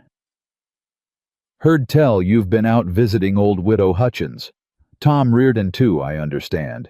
Man works hard chasing ghosts. They ain't ghosts. They're witnesses. Witnesses to what exactly? An old woman's fond memory and a bitter old surveyor's grudge against me. Whitlock shook his head slowly. That's a thin thread to hang a whole ranch on, son. We'll let the judge decide how thin it is. We could settle this today, you know. Right here, right now, no need for either of us to trouble that courtroom at all. Whitlock's smile never wavered. I'd even be generous about it. Full market price for the disputed acreage, more than fair considering the water rights alone are worth double that to a man in my position. You could pay off whatever debts your daddy left, buy yourself a smaller spread somewhere. The water ain't in question at all. Simpler life. No more shame about reading contracts you can't quite trust yourself to understand. I understand this contract just fine. Jed said, his voice steady in a way it wouldn't have been a month ago. I read every word of your last offer myself. Wasn't generous. Was theft dressed up polite. Something flickered across Whitlock's face, the first real crack in his composure Jed had seen since the man arrived. You've been busy, Whitlock said, quieter now. Been busy learning what my father should have been given the chance to teach me himself, if life had been kinder to him. Same as I mean to keep learning long after this water dispute's settled one way or the other. Whitlock's eyes narrowed slightly. There's other ways to settle a matter besides a courtroom, Coulter. I've got friends on that school board. Heard your little teacher's had some trouble lately, hasn't she? Talk of impropriety. Talk of dismissal. His voice dropped deliberately soft, deliberately cruel. Be a shame if that talk turned into something more permanent. A woman alone, no family out here, no position, hard thing for a lady to weather in a territory like this. Jed went very still. Something cold and furious settling into his chest. You leave her out of this. I would, Whitlock said, almost gently, if you'd leave my creek out of it. Withdraw your claim, Coulter. Take the money. Save the schoolteacher her position, and save yourself the humiliation of standing up in front of the whole county tomorrow, well, the day after, and losing anyway in front of everyone who already expects you to. Jed stepped closer to Whitlock's horse, close enough that the animal shifted uneasily beneath its rider. I'll see you in court, Whitlock, he said low and even. And you can threaten Sarah Langford's position all you like, but I promise you this, whatever happens to that water, the whole valley's gonna know exactly what kind of man you are by the time this is finished. That's one truth no lawyer of yours is gonna talk a judge out of believing. Whitlock held his gaze a long moment, something calculating moving behind his eyes. Your funeral, Coulter, he said finally, and turned his horse riding off without another word. Jed stood alone in his yard a long time after the dust settled, fists still clenched fear and fury, and something that felt almost like pride warring in his chest all at once. The board meeting convened the following evening in the same schoolhouse where Sarah had taught Jed his letters. The small room packed uncomfortably full, with half the adults in Copper Hollow crowded onto benches meant for children. Cornelius Datchet called the meeting to order with visible relish, laying out the accusation of impropriety in careful damning language, and Sarah sat at the front of the room, spine-straight hands folded, refusing to give him the satisfaction of seeing her flinch. Miss Langford, Datchet said, when he'd finished his prepared remarks, would you care to respond to these concerns before the board votes? Sarah stood. I would. Her voice carried clear and steady across the crowded room. I came to this town 11 weeks ago to teach children to read and write, and I have done exactly that every single day with no complaint from a single parent in this room. Some weeks ago, I extended that same teaching to a grown man who had been denied the chance to learn as a child, a man now fighting in a county courtroom tomorrow, to save the land his own father built, against a wealthy neighbor determined to take it from him. She let her gaze move slowly across the crowded benches, resting briefly on faces she'd come to know over these past months. I am told this constitutes impropriety. I would ask this board and everyone gathered here tonight to consider a different question. What does it say about this town that teaching a grown man his letters is treated as a scandal, while a wealthy man's attempt to steal water from a poor rancher's family is treated as simply the way business is done? A murmur moved through the room. Sarah pressed forward before it could settle. I will not apologize for teaching Jedediah Coulter to read. I will not apologize for staying late to do it, nor for believing that a man's right to understand the documents that govern his own life matters more than the appearance of propriety. If this board wishes to dismiss me over that belief, I would ask only that you say so plainly, so that every parent in this room can decide for themselves whether they wish their children taught by someone willing to compromise on that principle, or by someone who won't. She sat down.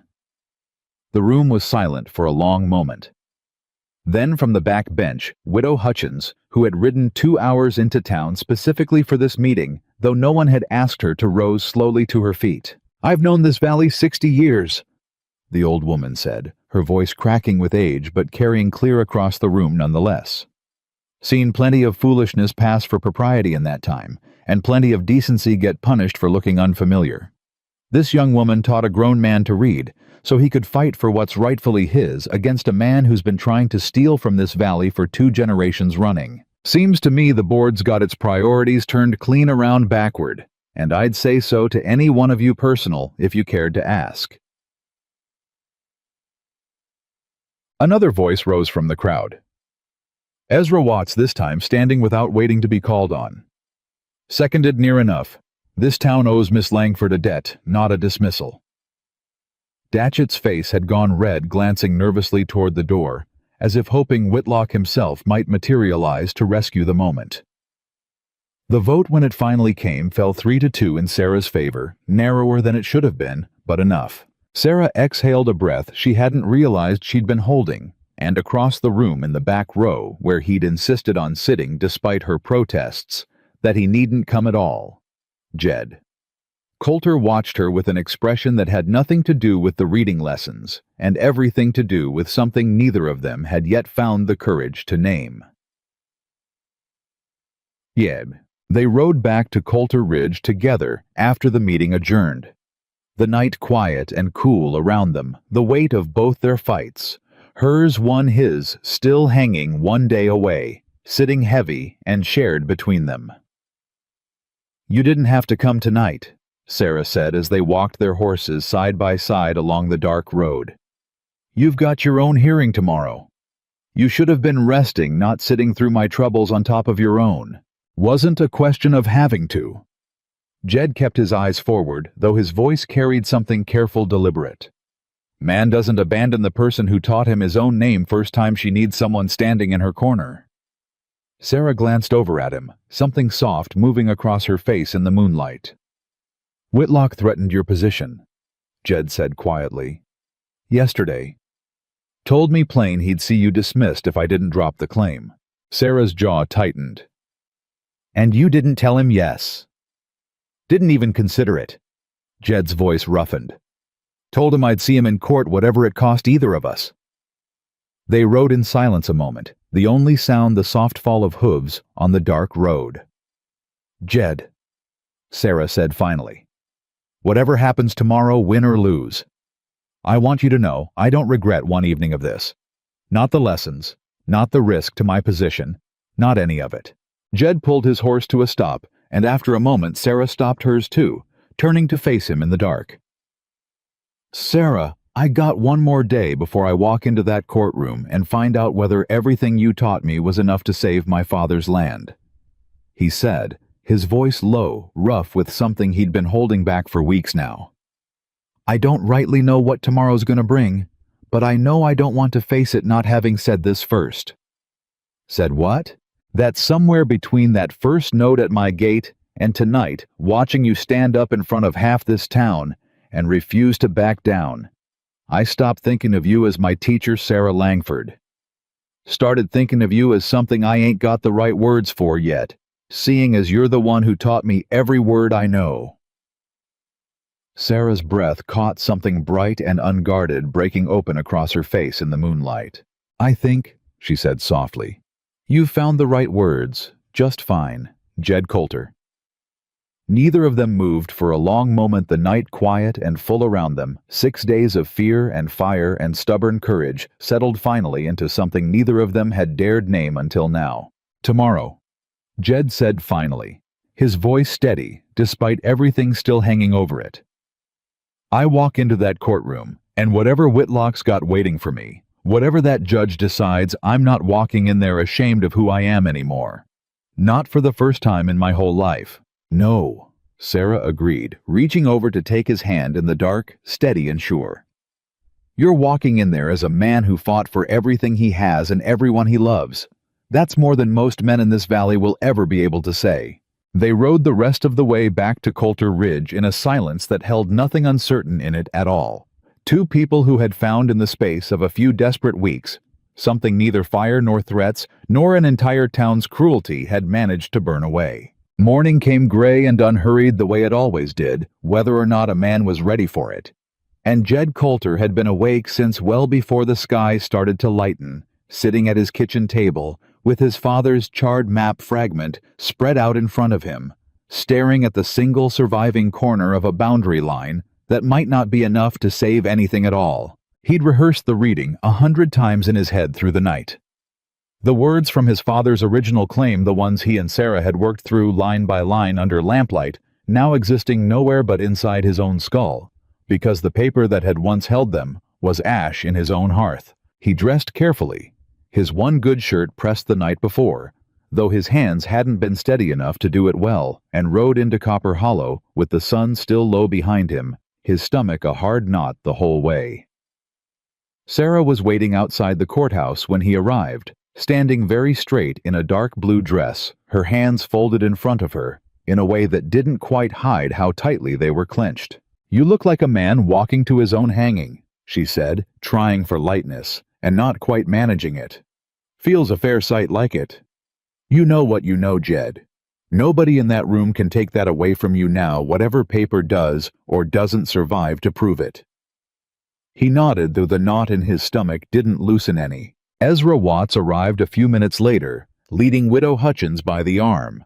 Up the courthouse steps, the old woman moving slow but steady, her chin set with the particular stubbornness of someone who had decided long ago not to be intimidated by anything wearing a robe. Tom Reardon came last, alone on foot, a canvas satchel slung over one shoulder that he clutched like it held something precious. He didn't speak to anyone, didn't meet Jed's eye, just found a spot near the courthouse door and stood there waiting, with the look of a man already regretting his decision to come at all. "He brought something," Sarah murmured, watching the old surveyor from across the steps. "Look at how he's holding that bag." "Might be nothing.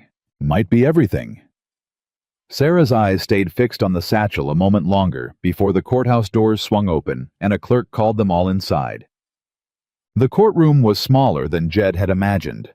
Close and warm, with too many bodies packed onto too few benches, half the town of Copper Hollow having turned out to watch, drawn by the particular hunger small towns carried for a good public spectacle. Silas Whitlock sat at the front, calm and composed, in a suit too fine for a frontier courthouse, with a narrow, sharp-faced man beside him that Jed took to be Cyrus Beadle, the lawyer from Helena, exactly as Ezra had warned. Judge Harlan Voss took his seat at the front of the room a few minutes later, a heavy-set man with a graying beard and tired eyes that swept the room once briefly before settling on his docket without any particular expression Jed could read. "Case of Coulter versus Whitlock regarding disputed water rights along the north boundary of Coulter Ridge property," the clerk announced. "Mr. Whitlock's counsel may proceed." Cyrus Beadle rose smoothly, buttoning his coat, with the unhurried confidence of a man who had done this 100 times and expected to win 101. "Your Honor, this matter is at its heart quite simple." Beadle's voice carried easily across the crowded room, cultured and precise. In 1878, a formal county survey established the boundary lines of the Whitlock property, including the North Creek in dispute. That survey, he said, lifting a thick-bound document from the table before him, was conducted by licensed surveyors properly filed with the county recorder's office and has stood unchallenged for 6 years. He set the document down with a deliberate weight, letting its thickness speak for itself. Mr. Coulter's claim rests, as far as we understand, on the memory of elderly neighbors and the alleged existence of a hand-drawn map that conveniently was destroyed in a fire before it could ever be produced as evidence. Beadle's mouth curved into something not quite a smile. "We would ask the court to consider which of these two claims deserves greater weight, a formal, filed professional survey or a burned scrap of paper and the say-so of a man who, by his own admission, only recently learned to read at all." A murmur moved through the courtroom. Jed felt his face go hot, felt 30 years of shame rise up in his chest, exactly where Beadle had aimed it. Sarah's hand found his beneath the table, gripping hard. "Objection to characterization, Your Honor," said the young attorney. Ezra had scraped together funds to hire, on Jed's behalf, a nervous, earnest man named Pruitt's cousin, barely out of his own law studies, entirely outmatched by Beadle's polish. "Mr. Coulter's literacy has no bearing on the legitimacy of his family's claim." "Sustained," Judge Voss said, though his tone carried little conviction behind it. "Continue, Mr. Beadle." Beadle inclined his head, entirely unbothered. "Of course, Your Honor. I merely wish to establish the relative strength of documentation available to this court."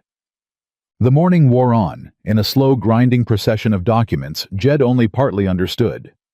Beadle laying out survey markers and county filings and expert testimony from a licensed surveyor, brought up special from Helena. Each piece stacking neatly atop the last building, a wall of official paper that Jed's small pile of witnesses seemed increasingly unlikely to breach. By the time the court broke for a brief recess at midday, Jed felt the knot in his stomach had grown into something closer to dread. "They've got him beat," he said quietly to Sarah out in the hallway away from the crowd. "All that paper, all them experts. What have we got against that an old woman's memory and a surveyor's grudge?" "We've got the truth," Sarah said. "That's not nothing, Jed. Truth don't mean much in a room full of paper that says otherwise." "Then we make sure it does." Sarah's eyes were fierce despite the exhaustion showing at their edges. "Reardon hasn't testified yet. Whatever he's carrying in that satchel, he came here today prepared to show it. Trust that, if nothing else." The afternoon session opened with Widow Hutchins called to the stand, and she made her way up with the same slow, deliberate dignity she'd carried up the courthouse steps that morning, settling into the witness chair like a woman entirely unbothered by the grandeur of the room around her. "State your name and how long you've resided in this valley." Beadle said, his tone shifting into something gentler, now condescending in a way that assumed her age made her an easy target. "Margaret Hutchins. 61 years in this valley, young man, since before you were likely born." A small ripple of laughter moved through the courtroom. Beadle's jaw tightened slightly. "And you claim to recall the boundaries of the disputed creek from decades past." "I don't claim to recall it. I remember it." Her voice was steady, unhurried. "Watered my own stock along that creek for near 20 years before the Coulters ever bought the neighboring land. And I watched Amos Coulter water his herd there too every summer for years after, with nobody ever once questioning his right to it. Not till Silas Whitlock decided he wanted it for himself." Memory can be an imprecise instrument, Mrs. Hutchins, particularly across 6 decades. "My memory buried a husband, 3 children, and more hard winters than I care to count, Mr. Beadle. It's plenty precise where it needs to be." Her eyes cut toward him, sharp as flint. "I know that creek, same as I know my own name, and I'll say so under oath as many times as this court requires." Beadle tried a different angle, producing a document that suggested a survey marker predating even Hutchins's memory, questioning whether her recollection of the boundary might simply be mistaken about which creek entirely. Hutchins held firm through every question, unshaken, and by the time Beadle finally released her from the stand, something in the courtroom's mood had shifted, not decisively, but enough that Jed allowed himself the smallest flicker of hope. Tom Riordan was called next, and he rose from his seat slowly, the canvas satchel still clutched to his chest, his weathered face carrying a reluctance that hadn't eased at all since morning.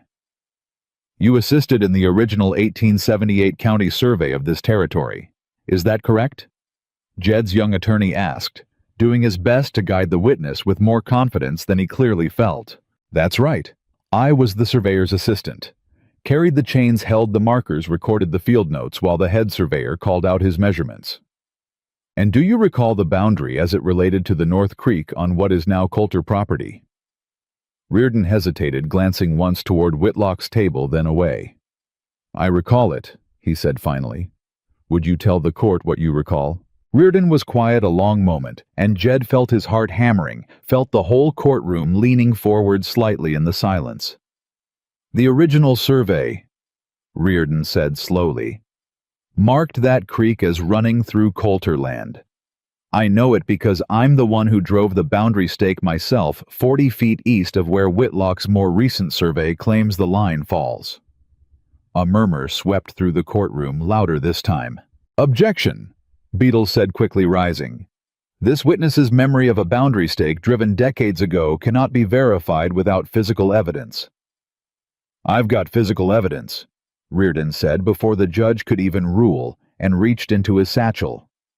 He drew out a small, worn, leather-bound notebook, its pages yellowed and brittle with age, and held it up for the courtroom to see. "My own field notes," he said.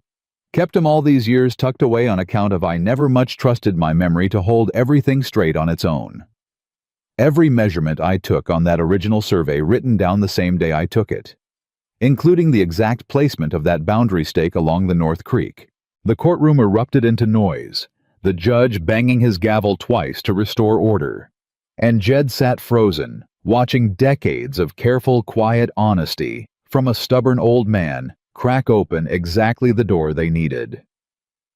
"Your Honor," Beadle said, recovering quickly, "we would need time to examine this notebook's authenticity before—" "The court will grant that examination." Judge Voss said, his tired eyes sharper now than they'd been all morning. "But I intend to hear the remainder of Mr. Reardon's testimony first. Continue, Counselor."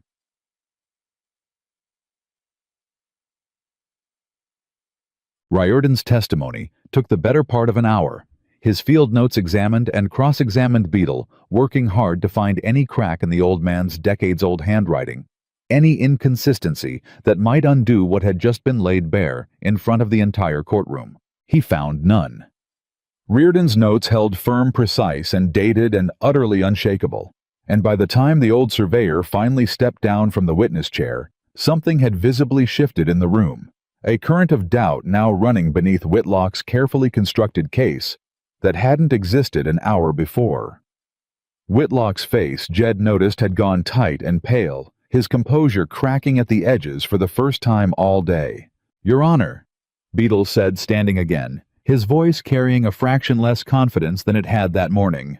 "The defense would like to call Mr. Coulter himself to the stand to establish the reliability, or lack thereof, of his own claims supporting testimony." Jed's stomach dropped.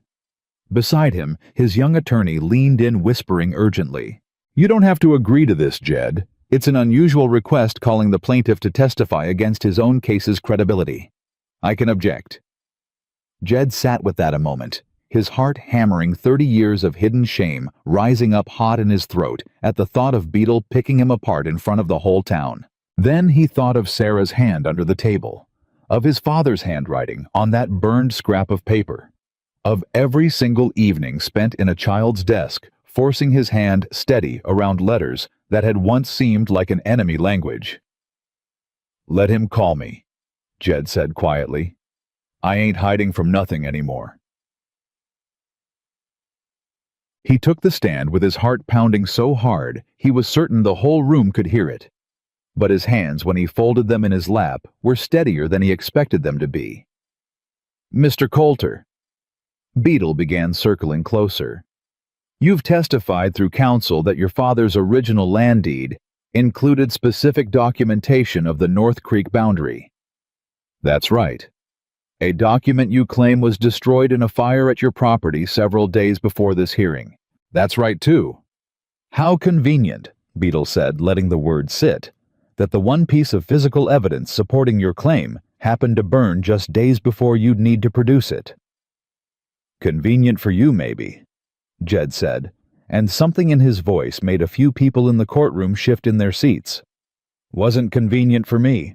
Lost the one thing my father left behind that might have proved this whole fight didn't need to happen at all. Do you have any evidence as to how the fire started?" Jed hesitated. He had suspicion. He had Duke Marsh's grin in the saloon, and the particular satisfaction the man had worn ever since. But suspicion wasn't proof, and he knew it. "No," he admitted. "Not proof. Just a strong notion of who benefited most from that map disappearing right when it did." "Speculation, Your Honor," Beadle said quickly. "So noted," Judge Voss said, though something in his expression suggested the notion had landed, regardless of whether it counted as formal evidence. Beadle pressed on, working to establish that Jed's own understanding of the documents, even the ones he had managed to read, remained unreliable, given how recently he'd learned to read at all. "You'll forgive the court's skepticism, Mr. Coulter, at the notion that a man who could not read a single word a month ago now claims sufficient literacy to interpret complex legal boundary language." "I didn't interpret it alone," Jed said. "Had help. Same as any man does learning something new. Don't make what I learned any less true." "And who provided this help?" Jed felt the trap closing before Beadle even finished. The question felt exactly where this was headed, and beside him, he saw Sarah go very still. "Miss Sarah Langford," Jed said. "The town schoolteacher." "The same Miss Langford," Beadle said, his voice taking on a new, sharper edge. "Who has, I understand, faced recent scrutiny before the school board regarding the propriety of her private evening meetings with you. A single woman alone with an unmarried man night after night for weeks. A ripple of scandalized murmuring moved through the courtroom. Jed felt fury rise hot and fast in his chest.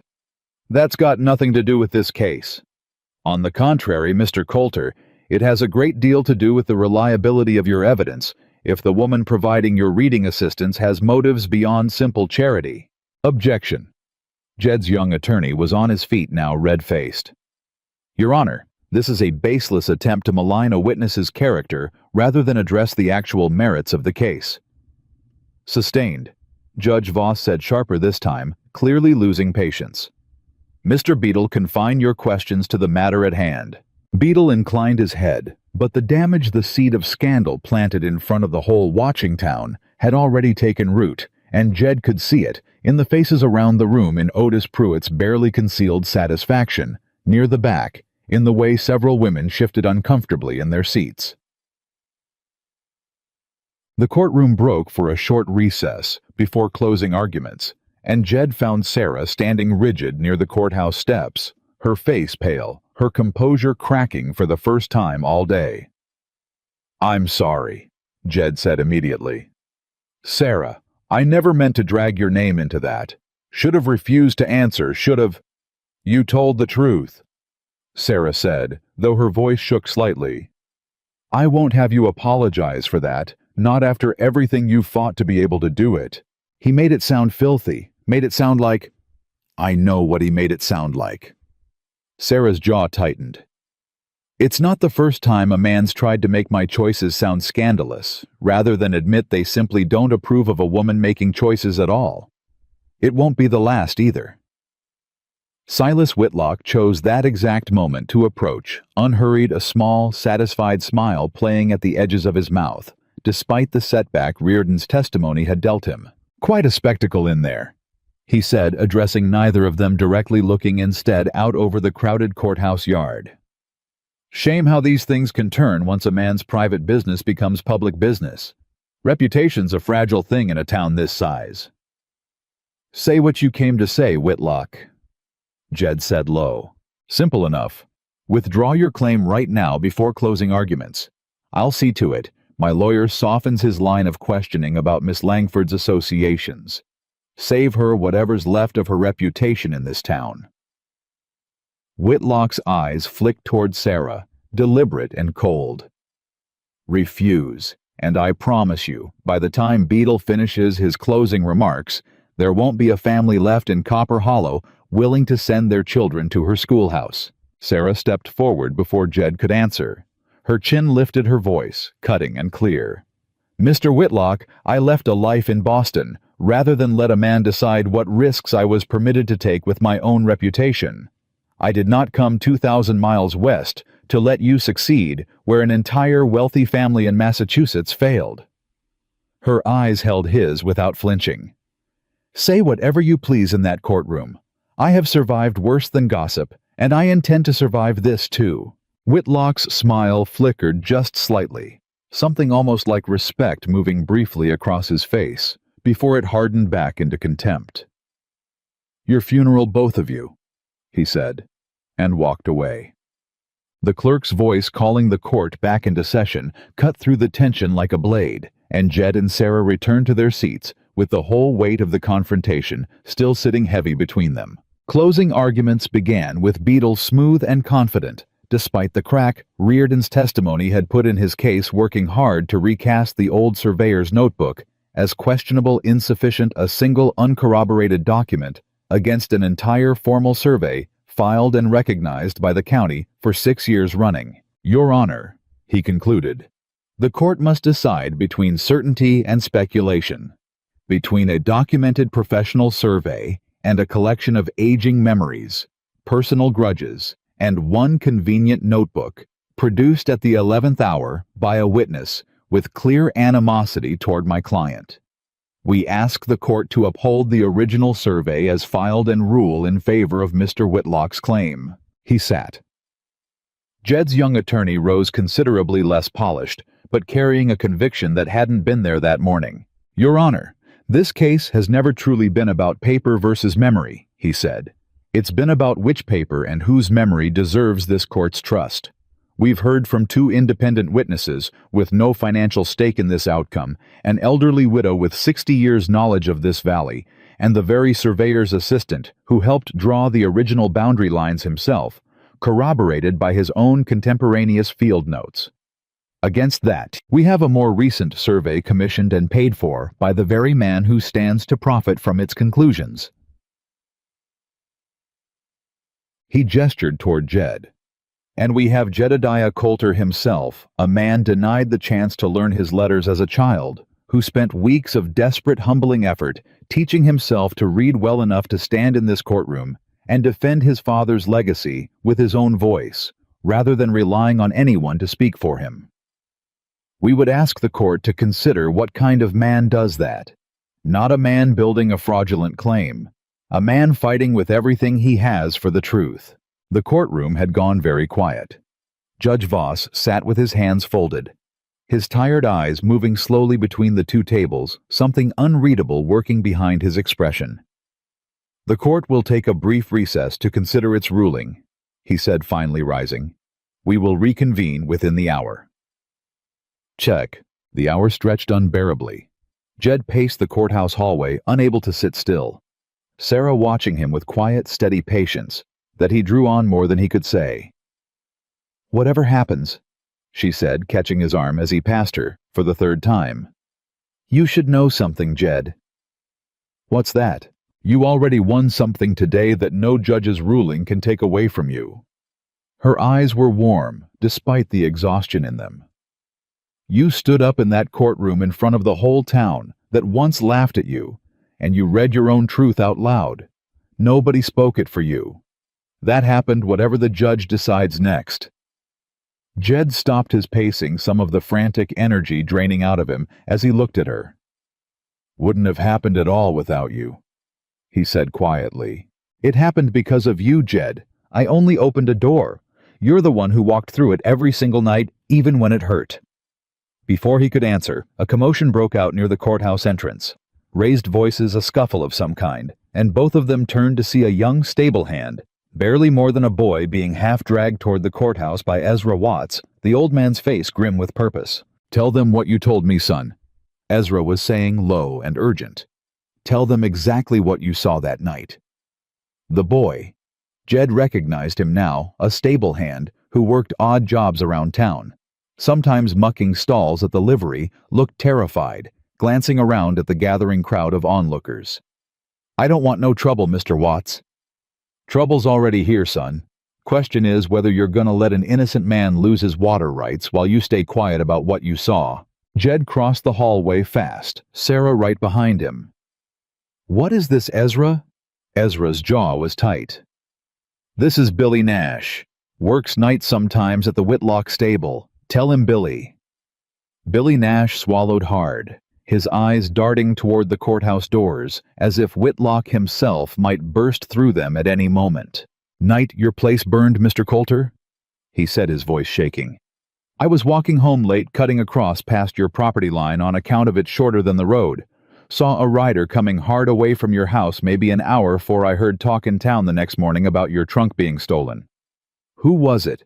Jed said, though he already knew the answer sitting cold and certain in his gut. "Duke Marsh," Billy said. "Recognized his horse plain as day. Big bay gelding with a white sock on the left foreleg. Ain't but one horse like that in this whole valley."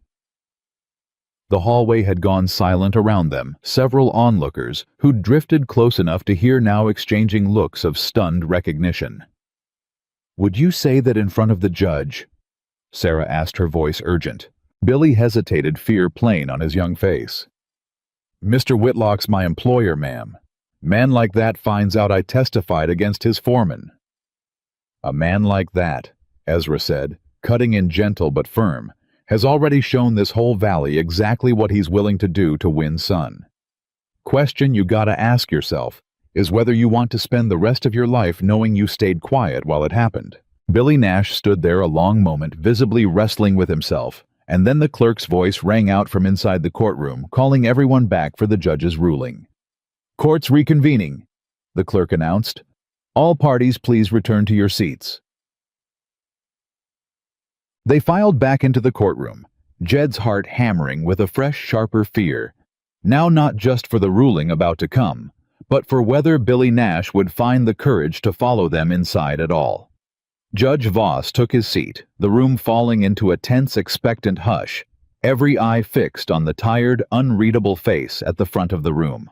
"Before I render my decision," Judge Voss began, his voice carrying a gravity that hadn't been there earlier that day, "I want to address something troubling that has come to my attention during this recess." A murmur rippled through the room. Jed felt his stomach drop, uncertain whether this boded well or disastrously.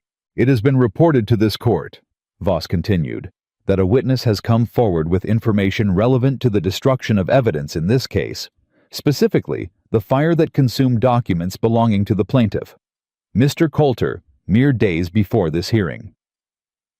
Every eye in the courtroom swung toward the door, and there, standing hesitant and pale in the entrance, was Billy Nash, Ezra Watts's hand steady on his shoulder. "Your Honor," Ezra called out, "if the court will permit, this young man has testimony bearing directly on that matter."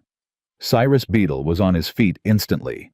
"Your Honor, this is highly irregular, introducing a new witness after closing arguments have already.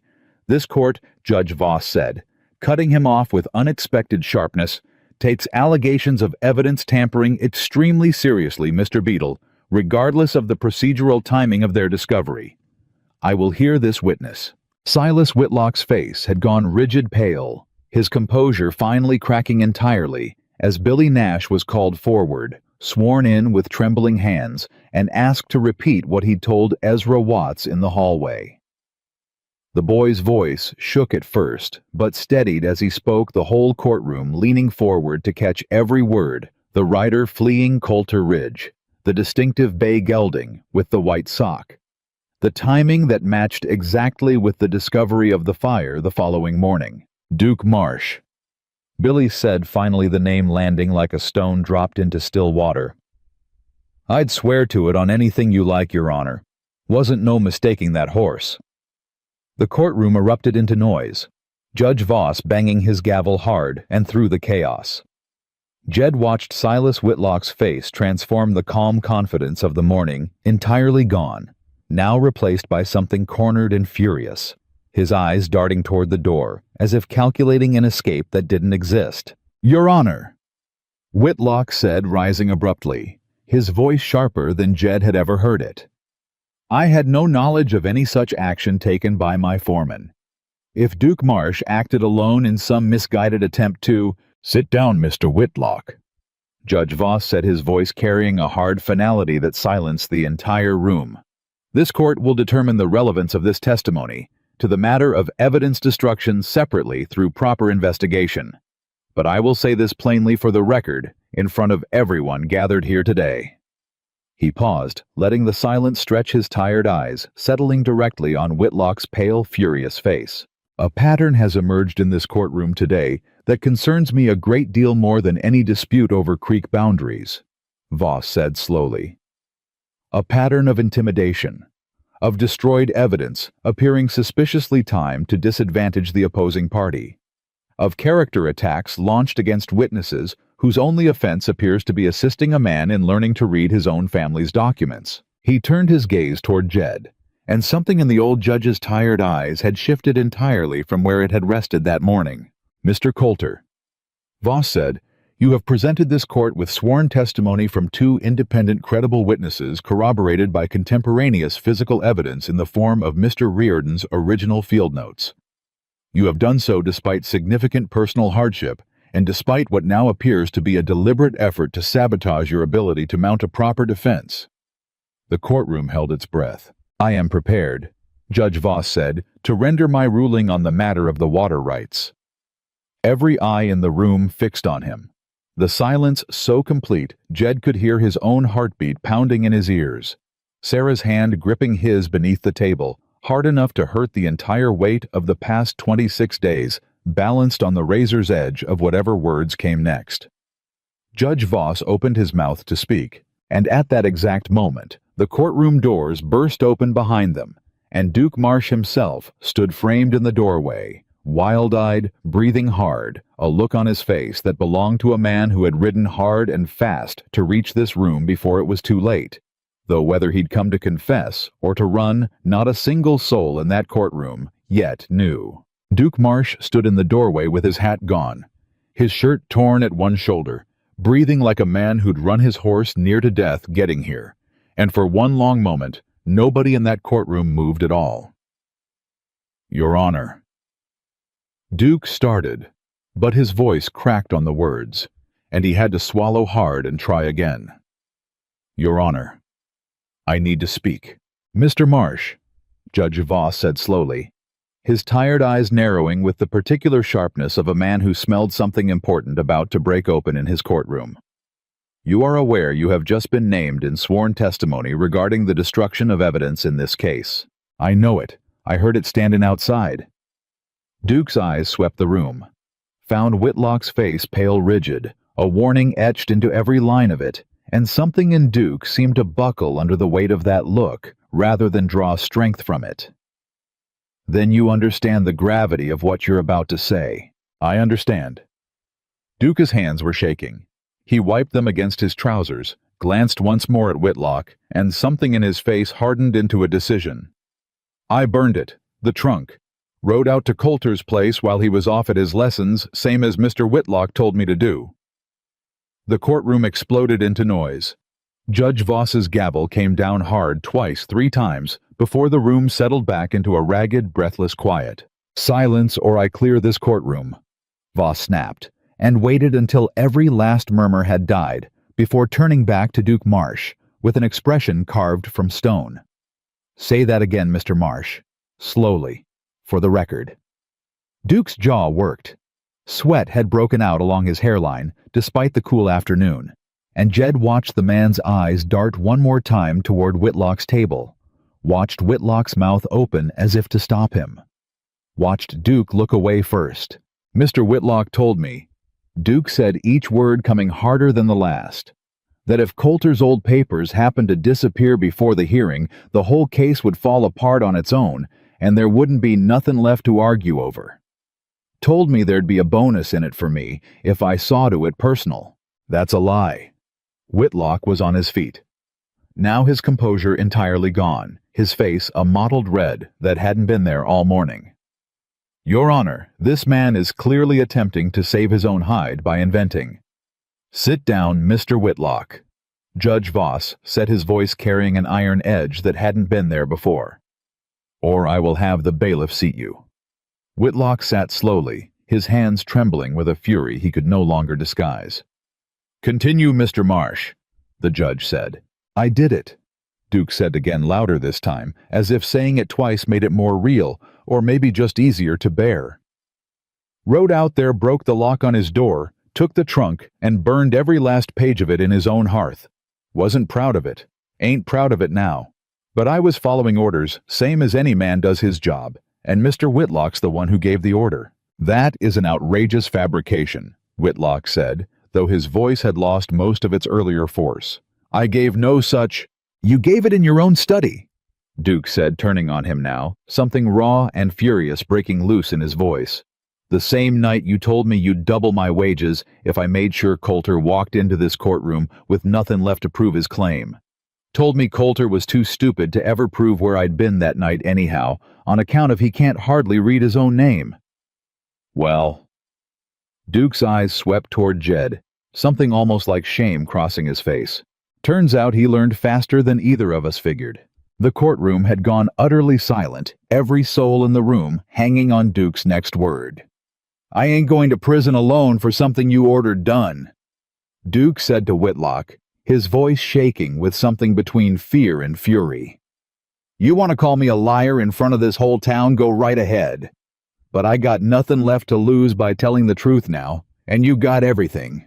Judge Voss let the silence stretch a long moment, his eyes moving slowly between Whitlock's rigid, furious face and Duke Marsh's trembling one, weighing something in the balance that had nothing to do with creek boundaries anymore. "This court," he said finally, will refer the matter of evidence destruction and witness intimidation to the county sheriff for criminal investigation against both Mr. Marsh and, pending further inquiry, Mr. Whitlock himself. He let that land, watching Whitlock's face go from red to ashen. As for the civil matter before this court today, the question of water rights along the disputed north boundary of Coulter Ridge, he paused, and in that pause the entire courtroom seemed to hold its breath as one single body. "I find in favor of the plaintiff, Jedediah Coulter," Judge Voss said. "The original 1878 survey, as corroborated by Mr. Reardon's contemporaneous field notes, and Mrs. Hutchins' long-standing personal knowledge of the property, is hereby recognized as the accurate boundary of record. The more recent survey submitted by the defendant is found to be either mistaken or, given the evidence of tampering and intimidation presented today, deliberately falsified. The North Creek and its associated water rights remain the rightful property of the Coulter family now and going forward." The gavel came down once, final and absolute, and the courtroom erupted not into the scandalized murmur of before, but into something closer to a roar. Half the room on its feet, and Jed sat frozen in his chair for one long, disbelieving moment, before Sarah's arms were around his neck, and the sound of the room came rushing back in all at once. He didn't remember standing, didn't remember exactly how he ended up on his feet with Sarah's face buried against his shoulder and his own arms wrapped tight around her, the courtroom noise washing over them both like water breaking over a rock that had finally stopped fighting the current. "You did it," Sarah said, pulling back just enough to look at him, her eyes bright with tears she wasn't bothering to hide. "Jed, you did it." "We did it." He said the same words he'd said to her 11 days ago in an empty schoolhouse. Except this time there was nothing tentative in them at all. Around them, the courtroom had descended into chaos. Widow Hutchins being embraced by half a dozen well-wishers who'd barely spoken to her in years. Ezra Watts pumping Tom Reardon's hand so hard, the old surveyor looked faintly alarmed. Billy Nash standing off to one side, looking equal parts terrified and relieved that the worst of it had already happened. And near the front of the room, Silas Whitlock sat alone at his table, his lawyer already gathering papers with the brisk efficiency of a man eager to distance himself from a losing client. Whitlock's face, a mask of fury and disbelief, watching the entire town he'd spent years believing he controlled turn its back on him in the space of a single afternoon. He caught Jed's eye across the room, and for one long moment neither man looked away. "This isn't finished, Coulter," Whitlock said low, though the words carried in the thinning crowd.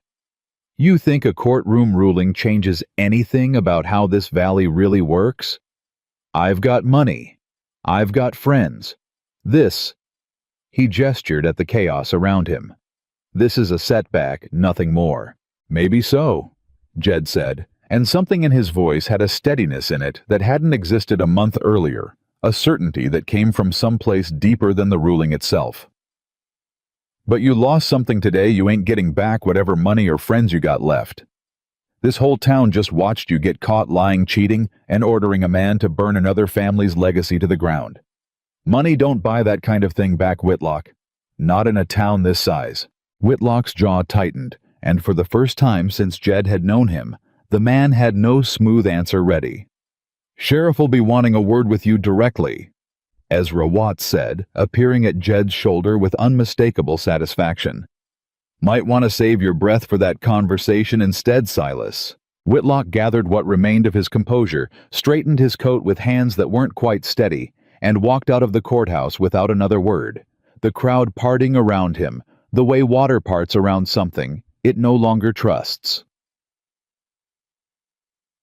The town didn't let go of the story easily.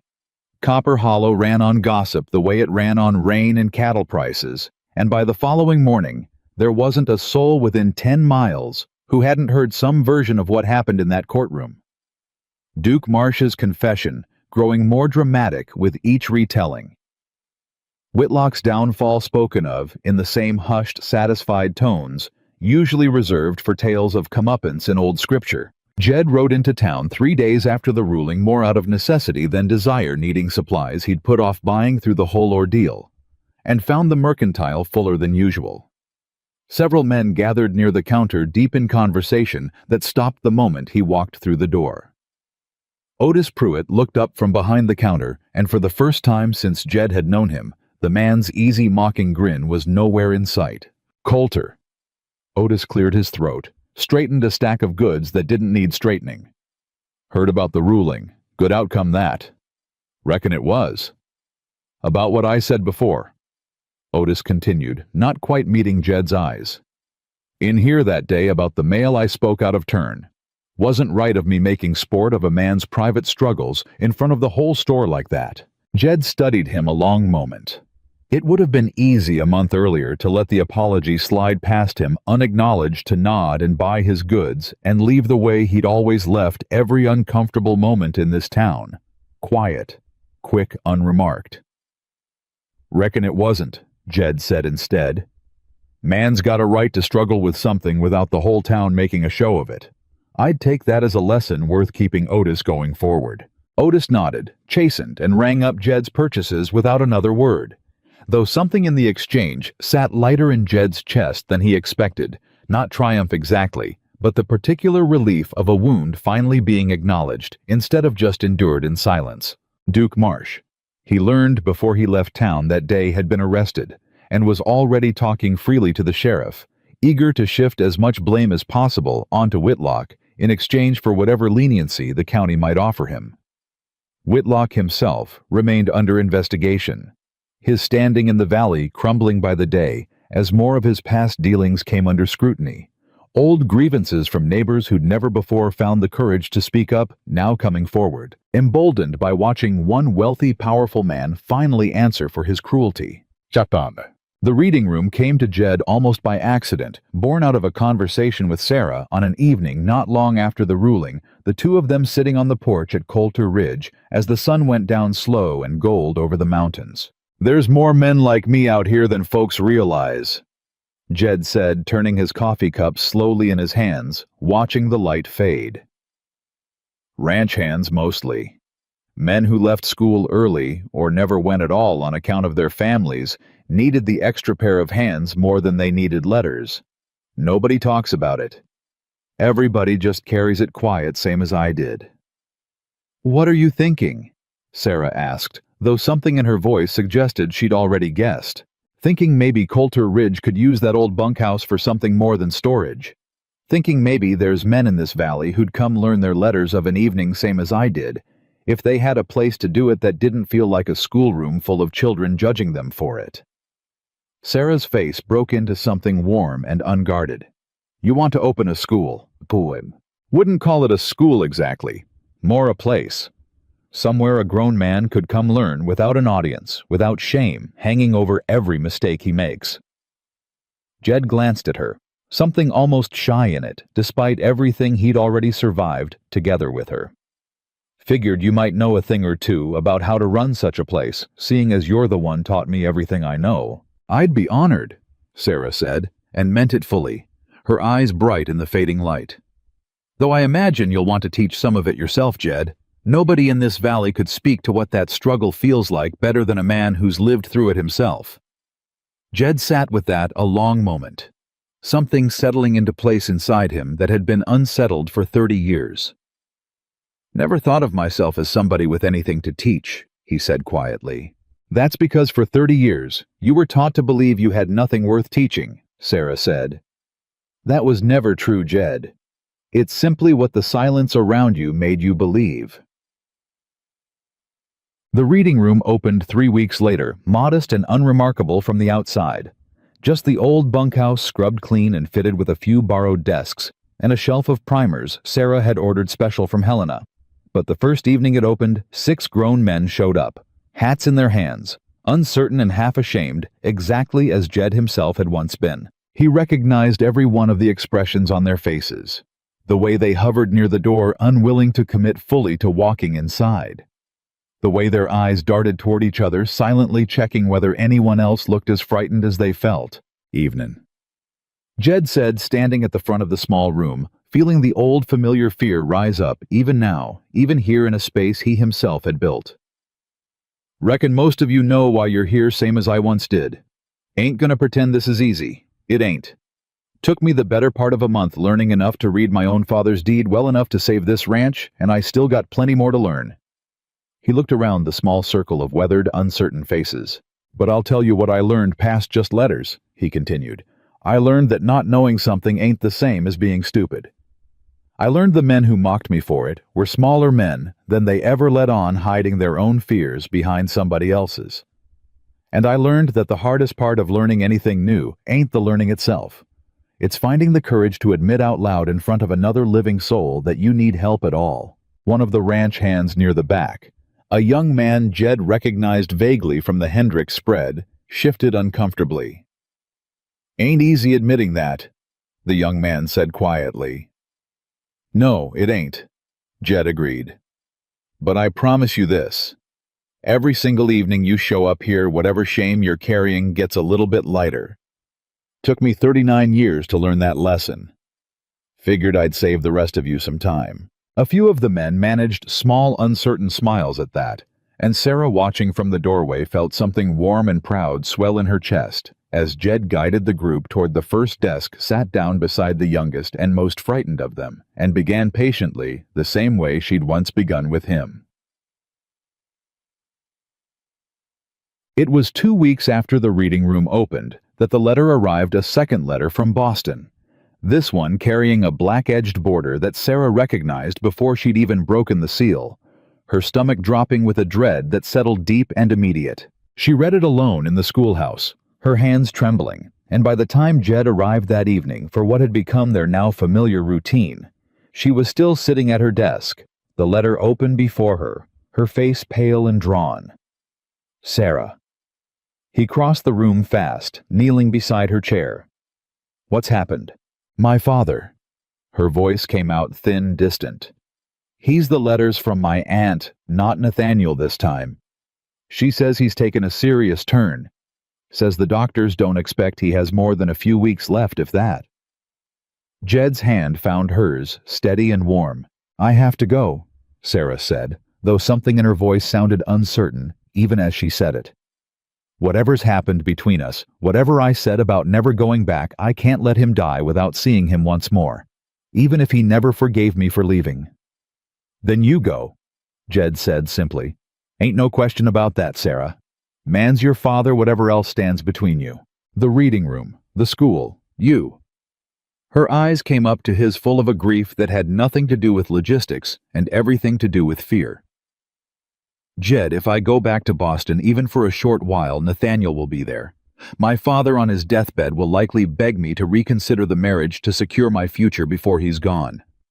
And I don't know if I have the strength to keep saying no to a dying man's last wish."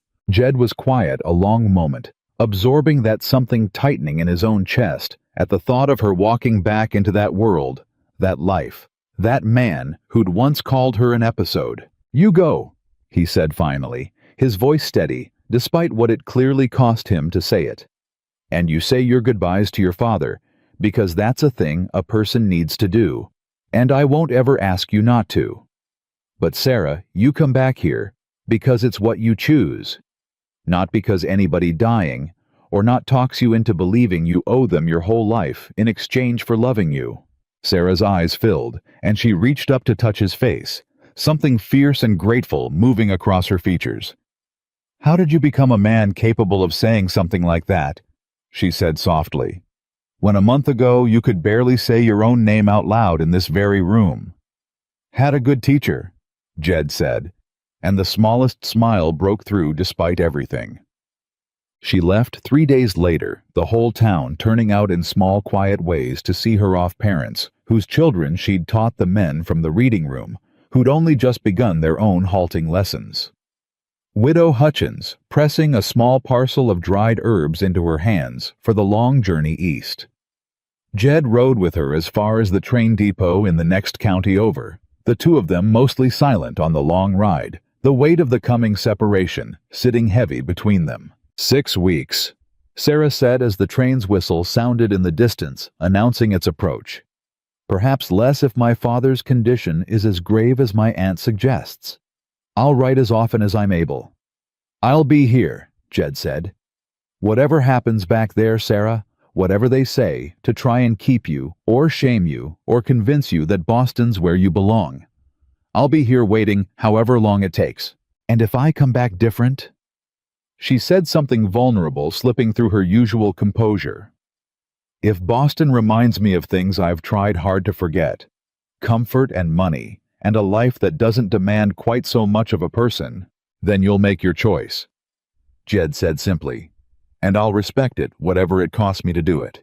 But I don't believe for 1 second you're the same woman who left that city 11 weeks ago, Sarah.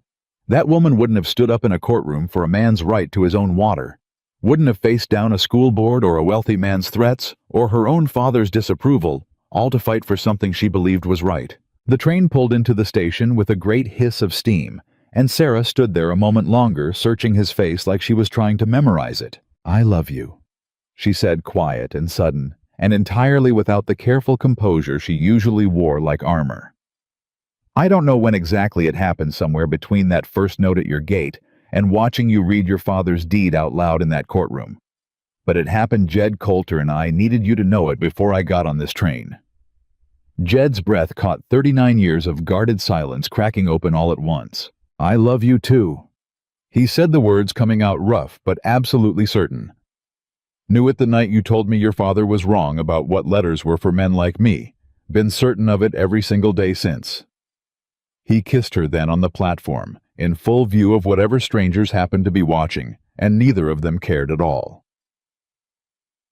Cool. The weeks that followed crawled by slower than any Jed had endured, even the desperate 26 days before the hearing. He threw himself into the reading room, into the ranch work, into anything that might quiet the ache of her absence, and every evening he sat down to write her a letter. Slow, careful, still imperfect, but entirely his own words now, no longer requiring anyone else's hand to carry them. Her letters arrived irregularly, carried by the same slow mail that had once terrified him simply to hold. He read each one himself, now sounding out the unfamiliar words when he needed to, savoring every line she'd written. My father is weaker each day, she wrote in the third letter, though his mind remains sharp enough to remind me at every opportunity of everything I gave up by leaving.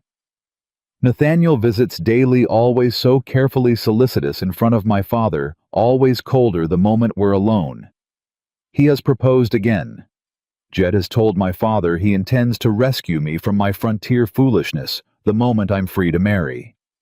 My father, weak as he is, has begun to beg me to accept. Jed read that letter 3 times over his chest, tight, with a fear he tried hard not to let take root. Her 4th letter arrived nearly 2 weeks later, longer than the others, and something in its opening lines told him immediately that something significant had shifted. My father passed 11 days ago, she wrote. I will not pretend the grief is simple. It never is with a parent who loved imperfectly and demanded more than any child could reasonably give. But in his final hours, something changed between us. He asked me so quietly, I nearly missed it whether I was happy in the territory. I told him the truth, that I had never been more myself than I am there teaching fighting, loving a man who has taught me more about courage than any life in Boston ever could. He was quiet a long while after that. Then he told me in Jed, I still can hardly believe these were his last real words to me, that perhaps he had been wrong all those years about what made a life worth living. He died 2 days later, and though Nathaniel has continued pressing his suit even at the funeral itself, something in me has never felt more certain of what I intend to do next. Jed set the letter down with hands that weren't quite steady. Hope and grief tangled together in his chest. The final line of that letter he read a dozen times before he trusted himself to believe it. I am coming home, Jed. Not to Boston. Home to Copper Hollow, to the reading room, to a life I chose entirely for myself. Expect me within the fortnight. But the fortnight brought complications neither of them could have anticipated. Nathaniel Ashford arrived in Copper Hollow 4 days before Sarah herself, having followed her west with the singular determination of a man unwilling to accept a loss gracefully. and his arrival sent a ripple of curious gossip through the town, nearly as forceful as Whitlock's downfall had. Jed heard about it first from Ezra, who'd seen the well-dressed stranger asking pointed questions around town, inquiring after the schoolteacher, and more pointedly, after a rancher named Coulter. "Man's got money written all over him," Ezra reported finding Jed at the reading room one evening. "Fancy suit, fancier manners, asking half the town where he might find you. Didn't much care for the way he asked it, if I'm honest." Jed's jaw tightened. He say what he wants. Didn't say directly. But a man don't cross half a country chasing after a woman who already told him no. Less he's convinced himself he can still change her mind. Nathaniel found Jed himself the following afternoon appearing at the edge of Coulter Ridge, with an ease that suggested he'd never once doubted his welcome, dressed in a manner entirely unsuited to the dust and heat of the territory, his expression carrying the particular condescension of a man who'd never had to work for anything he wanted. "Mr. Coulter, I presume?" Nathaniel didn't offer his hand. "I understand you've been keeping company with my fiancé." "Former fiancé, way I understand it," Jed said, standing his ground unbothered by the man's obvious attempt to establish dominance through wealth and bearing alone. "Sarah told me plain she left that engagement behind in Boston, along with everything else that didn't suit her anymore. Sarah is grieving," Nathaniel said, his voice taking on a patronizing gentleness that grated immediately. "Her judgment in the wake of her father's death cannot be trusted to make sound decisions about her future. I intend to see her safely return to Boston where she belongs, among people who understand her properly." "Funny thing about belonging," Jed said.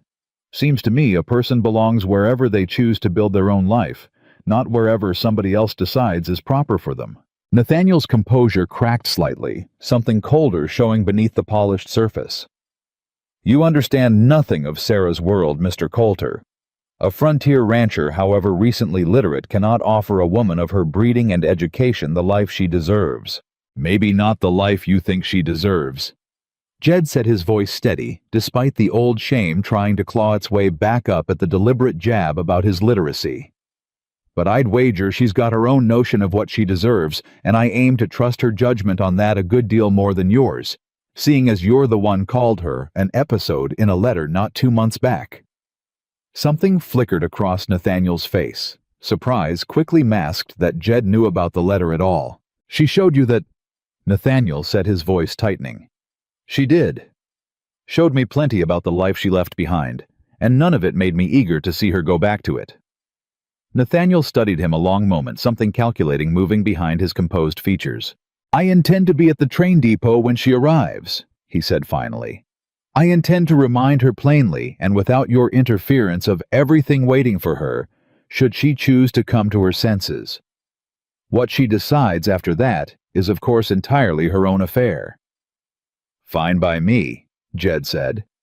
"I trust her to make that choice clear, whatever you say to her."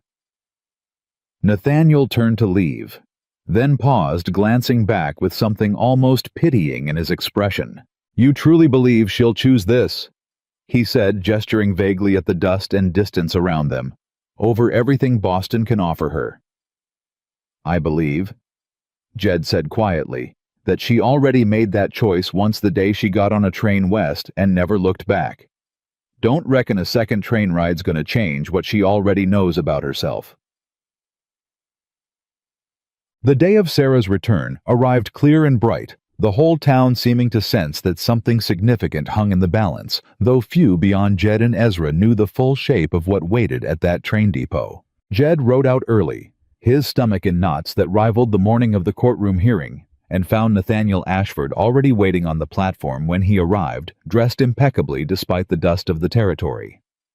An expensive bouquet of hothouse flowers, clearly transported at considerable expense and difficulty, clutched in one gloved hand. Neither man spoke, as the minutes ticked past the tension between them, thick enough to cut, until finally the distant whistle of the approaching train broke the silence. The train pulled in with a great exhale of steam, and Jed's heart hammered as passengers began to disembark, scanning each face. Until finally there, Sarah, stepping down from the train in a traveling dress, simpler than anything she'd have worn in Boston, her face lighting the moment she spotted him waiting on the platform. She started toward him immediately, and Nathaniel stepped forward to intercept her path. The bouquet extended, his voice carrying the practiced warmth of a man accustomed to getting exactly what he wanted. "Sarah, my condolences again on your father. I've come to escort you home." Sarah stopped, looked at the flowers, looked at Nathaniel's carefully composed face, and something in her own expression hardened into a clarity that hadn't existed in her 11 weeks earlier. "Nathaniel." Her voice was polite but distant, the voice of a stranger rather than an intended bride. "I appreciate you coming so far, but I'm afraid you've wasted the journey. I am home." "Sarah, be reasonable. Your father's estate, your position in society, everything you were raised to expect from your life. My father's estate will be settled by his lawyers regardless of where I choose to live," Sarah said, cutting through his careful argument with a directness that visibly startled him.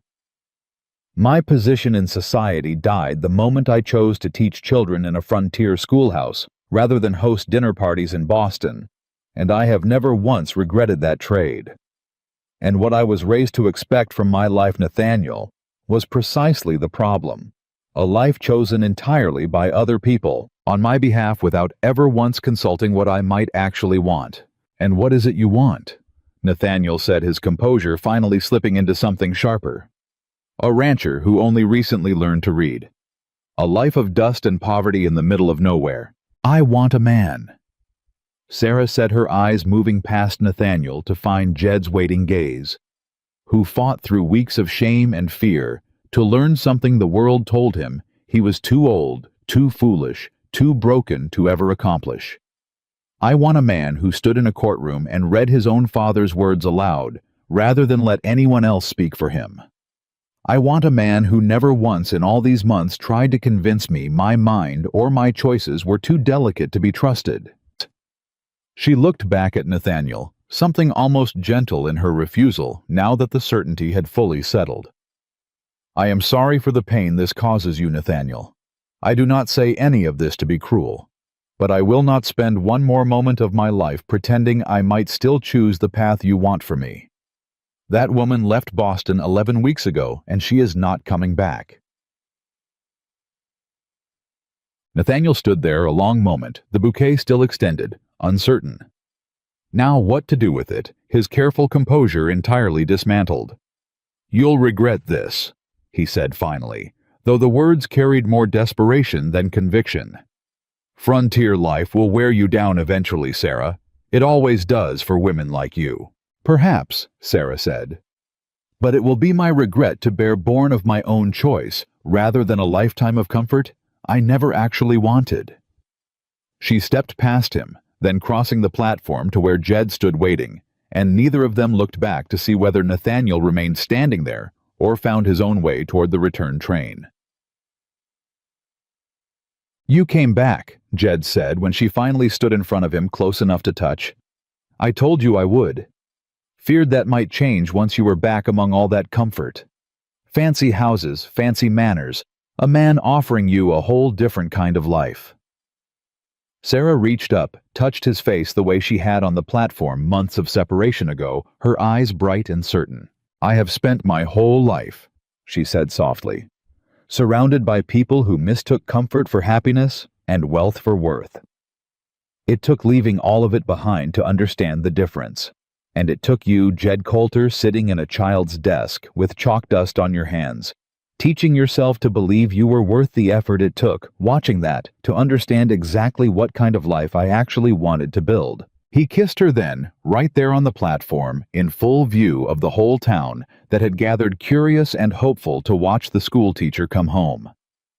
Behind them, unnoticed by either Nathaniel Ashford, climbed back aboard the very train he'd arrived on his expensive bouquet, abandoned on a platform bench already gone from Copper Hollow, and from both their lives, by the time the whistle sounded its departure. Jed pulled back just far enough to look at her properly. 39 years of learned silence finally fully broken open into something he'd never once imagined himself capable of feeling this certain about. "Marry me," he said. "Not next month, not next year, once things settle proper. Now, Sarah, soon as the Reverend's got a free evening. I've spent too many years already not saying the things I meant. Don't aim to waste one more day of it." Sarah's eyes filled her hands, finding his steady and sure. "Yes," she said. "Yes, Jed. 1,000 times yes." The news moved through Copper Hollow faster than any fire ever could, and by the following morning, half the town seemed to already know that Jedediah Coulter and Sarah Langford intended to marry before the month was out. Otis Pruitt, to his credit, said nothing mocking about it this time. He simply nodded when Jed came in for supplies and set aside a bolt of good blue cloth he thought Sarah might favor refusing payment for it with a gruffness that passed in Otis's limited vocabulary for an apology still being paid off in installments. "Widow Hutchins is already talking about baking."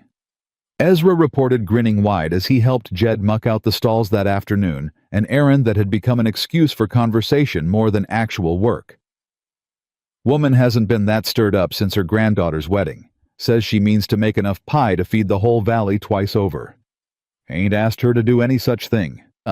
Didn't need asking, son. This whole town's been starving for something good to celebrate after all the ugliness with Whitlock. You and Miss Langford, you're about the best excuse for joy this valley's had in years." Jed paused his work, leaning on the pitchfork a moment. Something warm and unfamiliar settling in his chest at the thought not just of marrying Sarah, though that alone still struck him breathless most mornings when he woke and remembered it was true, but of being for once in his life a source of something good in this town, rather than an object of its quiet cruelty. "Never thought I'd live to see the day this valley celebrated anything on my account," he said. "Times change, Jed, mostly on account of men brave enough to change first." Ezra clapped him on the shoulder. "You go on and see the Reverend. Man's been asking after you since word got round." Reverend Hale received them in his small study behind the church, the same church where Jed had once fled mid-service, rather than admit he couldn't read a single verse. And something about sitting there now, Sarah's hand in his, felt like closing a circle that had been left open far too long. "I'll not pretend I haven't heard the talk," Reverend Hale said, settling into his chair with the careful diplomacy of a man accustomed to navigating a small town's opinions. "Some in this congregation still whisper about propriety about a courtship that began with evening lessons behind closed doors."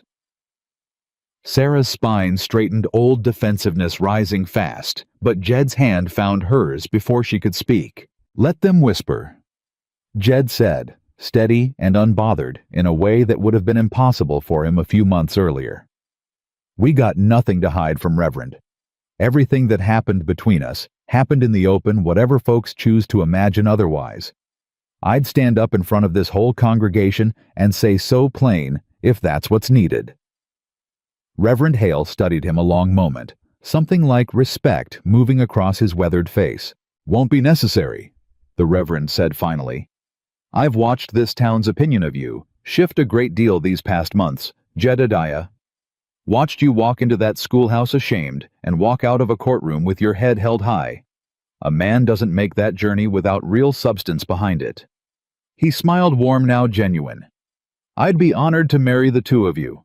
Might I suggest 3 weeks from Sunday? Gives the town proper time to prepare and gives you both a chance to breathe after everything you've weathered this past season."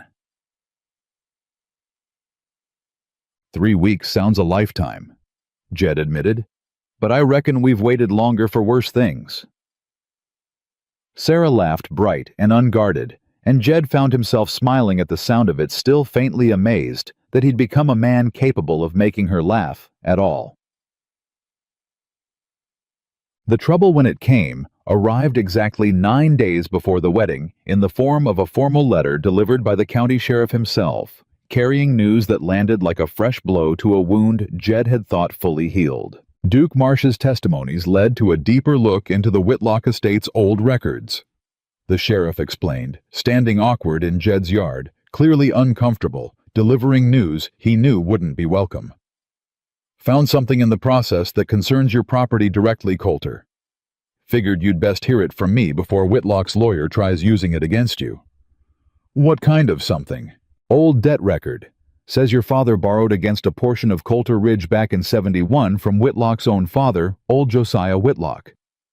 Debt was never marked paid in the county ledger. If it's legitimate and unpaid, it could give the Whitlock estate a legal claim on a portion of your land, including, potentially, the very water rights you just won back. Jed's stomach dropped straight through the floor. That can't be right. My father never borrowed a thing from any Whitlock, living or dead. Man would have sooner starved. Might be true. Might also be a forgery cooked up quick by Whitlock's lawyer, desperate for any last angle to salvage something out of this whole mess, before formal charges close in on him for good. The sheriff's face was grim. Either way, it's filed with the county now. And there's a hearing set to review it 6 days from today, Coulter, 3 days before your wedding if the date holds. Jed stood in his own yard, the ground he'd just fought so hard to secure, suddenly uncertain beneath his feet all over again, old fear and new fury tangling together in his chest. He found Sarah at the schoolhouse that evening and told her everything. Watching her face shift from shock to a hard-focused determination he'd come to recognize as her particular way of meeting trouble head-on rather than flinching from it. "Another paper," she said quietly. "Whitlocks spent this whole fight trying to bury you in documents you couldn't read. Seems fitting he'd try one more time even with everything already crumbling around him. Except this time," Jed said, something steady settling into his voice, despite the fear still churning underneath. "I can read every word of whatever they put in front of me. Whatever trick this is, I'll see it plain, same as I saw through the last one." "We'll see it together," Sarah corrected. 6 days, Jed. We've beaten worse odds in less time than that." They rode to Ezra's the following morning, and the old man's face went thoughtful and grim at the news. "Whitlock's grasping," Ezra said. "Man's facing criminal charges already on account of Duke's testimony. This debt claim's likely his lawyer's last play. Try to salvage something valuable enough to bargain his way into a lighter sentence, or at least walk away from this valley with something in his pocket besides ruin. Is there any truth to it at all? Any chance my father really did borrow against this land?" Ezra was quiet a long moment, his brow furrowed with the effort of memory. "Your father was a proud man, Jed. Wouldn't have wanted the town knowing his business if he ever had struggled enough to need Josiah Whitlock's money. But I do recall a hard winter back around then, 70-71, somewhere in there. Cattle prices dropped something fierce. Wouldn't surprise me none if plenty of ranchers in this valley found themselves borrowing from whoever had money to lend that year, Whitlock included." Jed's chest tightened. "You're saying it might be true. I'm saying I don't rightly know. But there's a way to find out for certain. County recorder keeps a full ledger of loan filings from that era, separate from the deed records. If your father truly borrowed and truly repaid, there'd be a marked notation somewhere in that ledger, even if the original debt paper itself got lost or misfiled over the years." "Then that's where we start," Sarah said, already rising. 6 days, Jed. Let's not waste a single one of them." The county recorder's office sat 2 towns over, and the ride there and back ate a full day they could scarcely spare. But by the time they arrived, dusty and anxious, the elderly clerk who managed the archive proved unexpectedly sympathetic once he understood the stakes. Coulter," he murmured, running a weathered finger down page after page of faded ledger entries.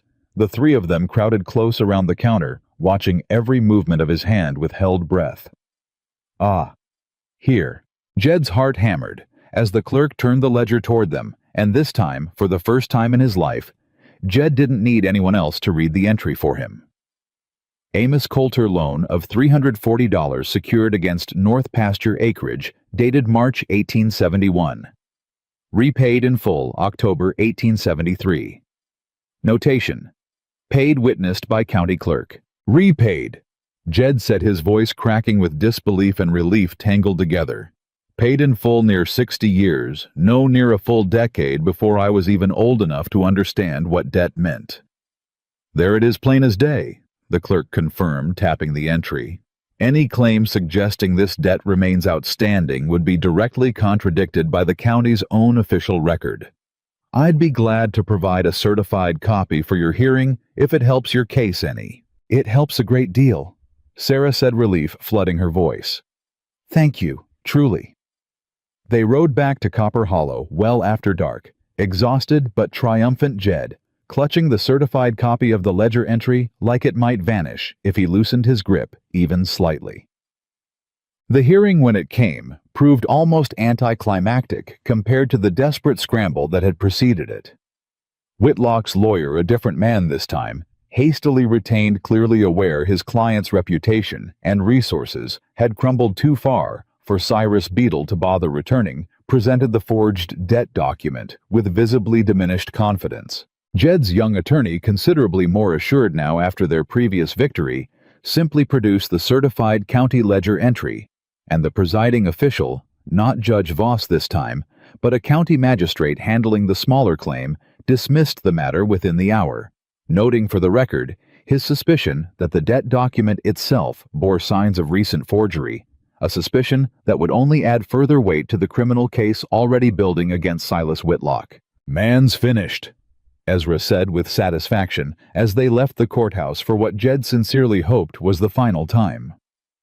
Word is, the county's set to formally charge him within the week. Evidence tampering, witness intimidation, now attempted fraud on top of it. Even his money won't buy him clear of all that. Jed felt something loosen in his chest that had been coiled tight since the sheriff first delivered that unsettling news 9 days earlier. 3 days, he said, looking at Sarah, disbelief and joy finally allowed to surface fully now that the last obstacle had crumbled behind them. 3 days, and no more papers standing between us and Sunday. But paper, it seemed, wasn't quite finished testing them yet, though this time the document that arrived carried an entirely different weight. The letter came from Boston, addressed to Sarah, in the careful hand of a lawyer's clerk, and she opened it at the schoolhouse desk with hands that trembled slightly, old grief and old fear resurfacing at the sight of the familiar formal script. She read it in silence, her face shifting through several emotions Jed couldn't quite name, and when she finally looked up, her eyes were wet. "My father's will," she said, formally read and finalized. "He's left me an inheritance, Jed, a substantial one." She paused, something conflicted moving across her face. "But there's a condition attached. The lawyer writes that my father's original will, drafted years ago, specified the inheritance was contingent upon my marriage to Nathaniel Ashford, specifically a condition apparently still legally binding unless amended." Jed's stomach tightened. "And was it amended?" Sarah's hands shook slightly as she turned to the second page of the letter. "There's a codicil," she said, slowly reading carefully now, "added in my father's own hand, dated just 2 days before he died. The lawyer says he insisted on dictating it personally over some protest from his own counsel." She read further, her voice growing thick. "He struck the marriage condition entirely, Jed. Wrote instead that the inheritance passes to me, quote, without condition or restriction, in recognition that my daughter's judgment regarding her own happiness has proven, in the end, wiser than my own ever was." Her voice broke on the final words, and Jed crossed the room fast, gathering her into his arms as the grief and relief finally overtook her all at once. "He believed in you," Jed said softly, even if it took him dying to say so plain. "He apologized," Sarah said, muffled against his shoulder, tears finally falling freely now. "In his own way, in the only way a man like my father knew how, through legal language and formal codicils, rather than words spoken face to face. But he apologized, Jed, and I never thought I'd hear that from him, not in this life." They stood together a long while, and when Sarah finally pulled back, something had settled and healed in her that had been raw since the moment she'd first left Boston. "I don't need the inheritance," she said, wiping her eyes, something clear and certain returning to her voice. "I've built a life here that has nothing to do with Boston money, but I'll not refuse it either, not when it comes freely, without condition, as proof that my father finally saw me clearly before the end." "Use it however you see fit," Jed said. Might do a world of good for the reading room if you're of a mind, or the school. Whatever you believe this valley needs most. Sarah looked at him, something bright and grateful in her expression.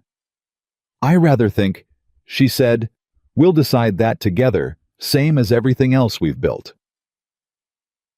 The final days before the wedding passed in a blur of small, meaningful moments that Jed found himself wanting to hold on to individually, each one precious after so many months of fear and struggle. The reading room held its regular Thursday evening session, and this time one of the youngest students, a nervous young ranch hand named Caleb, who'd struggled through every lesson with visible frustration, stood up unprompted and read haltingly but completely an entire passage from the primer Sarah had assigned, his voice shaking with pride, rather than fear, by the final line. The small room erupted into applause, the other students pounding the desks in celebration, and Jed watched from the back with a lump in his throat, recognizing in Caleb's shy, disbelieving smile the exact same disbelief he'd felt himself reading his own name for the first time in that empty schoolhouse months earlier. Feels good, don't it?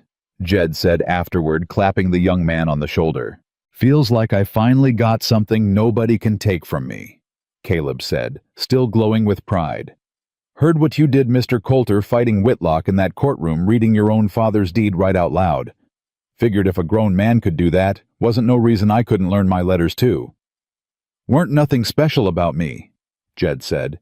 Just a man too stubborn to keep hiding. Maybe so, Caleb said. But stubborn's a fine thing to learn from all the same.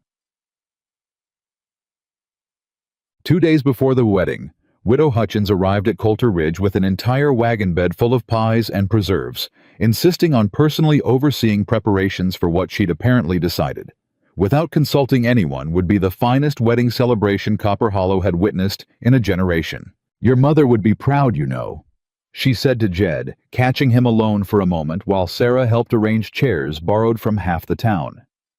I knew her briefly before she passed. Fine woman. Would have been right pleased to see the man you've become. Jed felt something tighten in his throat at the mention of a mother he barely remembered.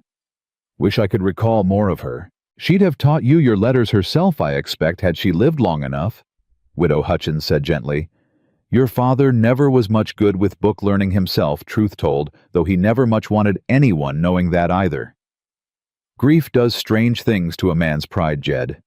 I expect he simply didn't know how to give you what he'd never quite mastered himself, and told himself it didn't matter rather than admit his own limits. The revelation landed soft but significant in Jed's chest. Not quite forgiveness, not yet, but the beginning of understanding. A crack of light into 30 years of believing. His father's harsh words had been simple cruelty rather than a grieving. Limited man's own shame projected outward onto his son. Never thought of it that way, Jed admitted quietly. Most children don't until they're grown enough themselves to understand how heavy a parent's own fears can weigh on everything they pass down, Widow Hutchins said. You broke that chain, Jed Coulter. Whatever your father couldn't give you, you found the courage to claim for yourself anyway, and you're fixing to pass something entirely different down to whatever children you and Miss Langford raised together. That's no small thing. Ciao. The morning of the wedding arrived clear and warm, the whole town of Copper Hollow, gathering at the little church well before the appointed hour. More people crowded into those pews than Jed had ever seen there before, even accounting for every Sunday he'd once sat alone and ashamed in the back row. He stood at the front now, in his one good shirt, pressed carefully the night before by his own hand, watching the door with a nervous anticipation that had nothing to do with fear anymore, and everything to do with pure, uncomplicated joy. Ezra stood beside him, as best man, grinning wide enough to nearly split his weathered face in two. Never thought I'd see this day, the old man murmured. Watching Amos Coulter's boy stand up here about to marry the finest woman this valley's ever known. Neither did I, Jed admitted. Not for the longest time. The music started Widow Hutchins herself at an old piano dragged specially into the church for the occasion, and the doors opened, and Sarah stepped through them in a simple blue dress that Jed would remember for the rest of his life as the most beautiful thing he'd ever seen. Her face radiant, her eyes finding his immediately, and holding there the entire slow walk up the aisle. Reverend Hale's ceremony was simple and heartfelt, and when the moment came for vows, Jed reached into his coat pocket and drew out a folded piece of paper, his hands steady despite the weight of what it represented. "I wrote something down," he said, his voice carrying clear through the hushed church. "First time in my life I ever wrote my own vows on paper, instead of just carrying words around in my head, afraid to trust them to anything permanent. Figured this occasion deserved better than that." He unfolded the paper carefully and began to read, his voice steady, his letters still imperfect, still bearing the careful, deliberate shape of a man who'd learned them late, carrying every word exactly as he'd intended them. Sarah Langford. 6 months ago, I couldn't read my own name, and I believed deep down that meant something true and permanent about what I was worth. You never once let me believe that lie, not for a single evening we sat together in that schoolhouse. You taught me my letters, but more than that, you taught me that a man's worth ain't measured by what he lacks, but by the courage he's got to change it. I promise you standing here today that I will spend every day of the rest of my life proving myself worthy of the faith you had in me, before I had any faith in myself. I promise to keep learning alongside you, whatever comes, letters, or love, or whatever hard lessons life's still got waiting for us. And I promise you'll never again have to fight alone for anything, not while I've got breath left in me to stand beside you." The church had gone entirely silent, half the congregation wiping at their eyes, and Sarah stood before him with tears streaming freely down her face, unashamed, radiant with a joy that needed no further words to explain itself. "Jed Coulter," she said, her own voice thick with emotion. "I came to this valley believing I was running from a life that didn't fit me, searching for something I couldn't yet name. I found it in you, not a rescue, not a man who needed saving, but a partner brave enough to fight for his own worth, and generous enough to teach that same courage to every soul in this valley who needed it. I promise to keep believing in you on the days you struggle to believe in yourself. I promise to keep fighting beside you whatever comes. And I promise that wherever we build our life together, it will always be a place where courage matters more than what a person lacks."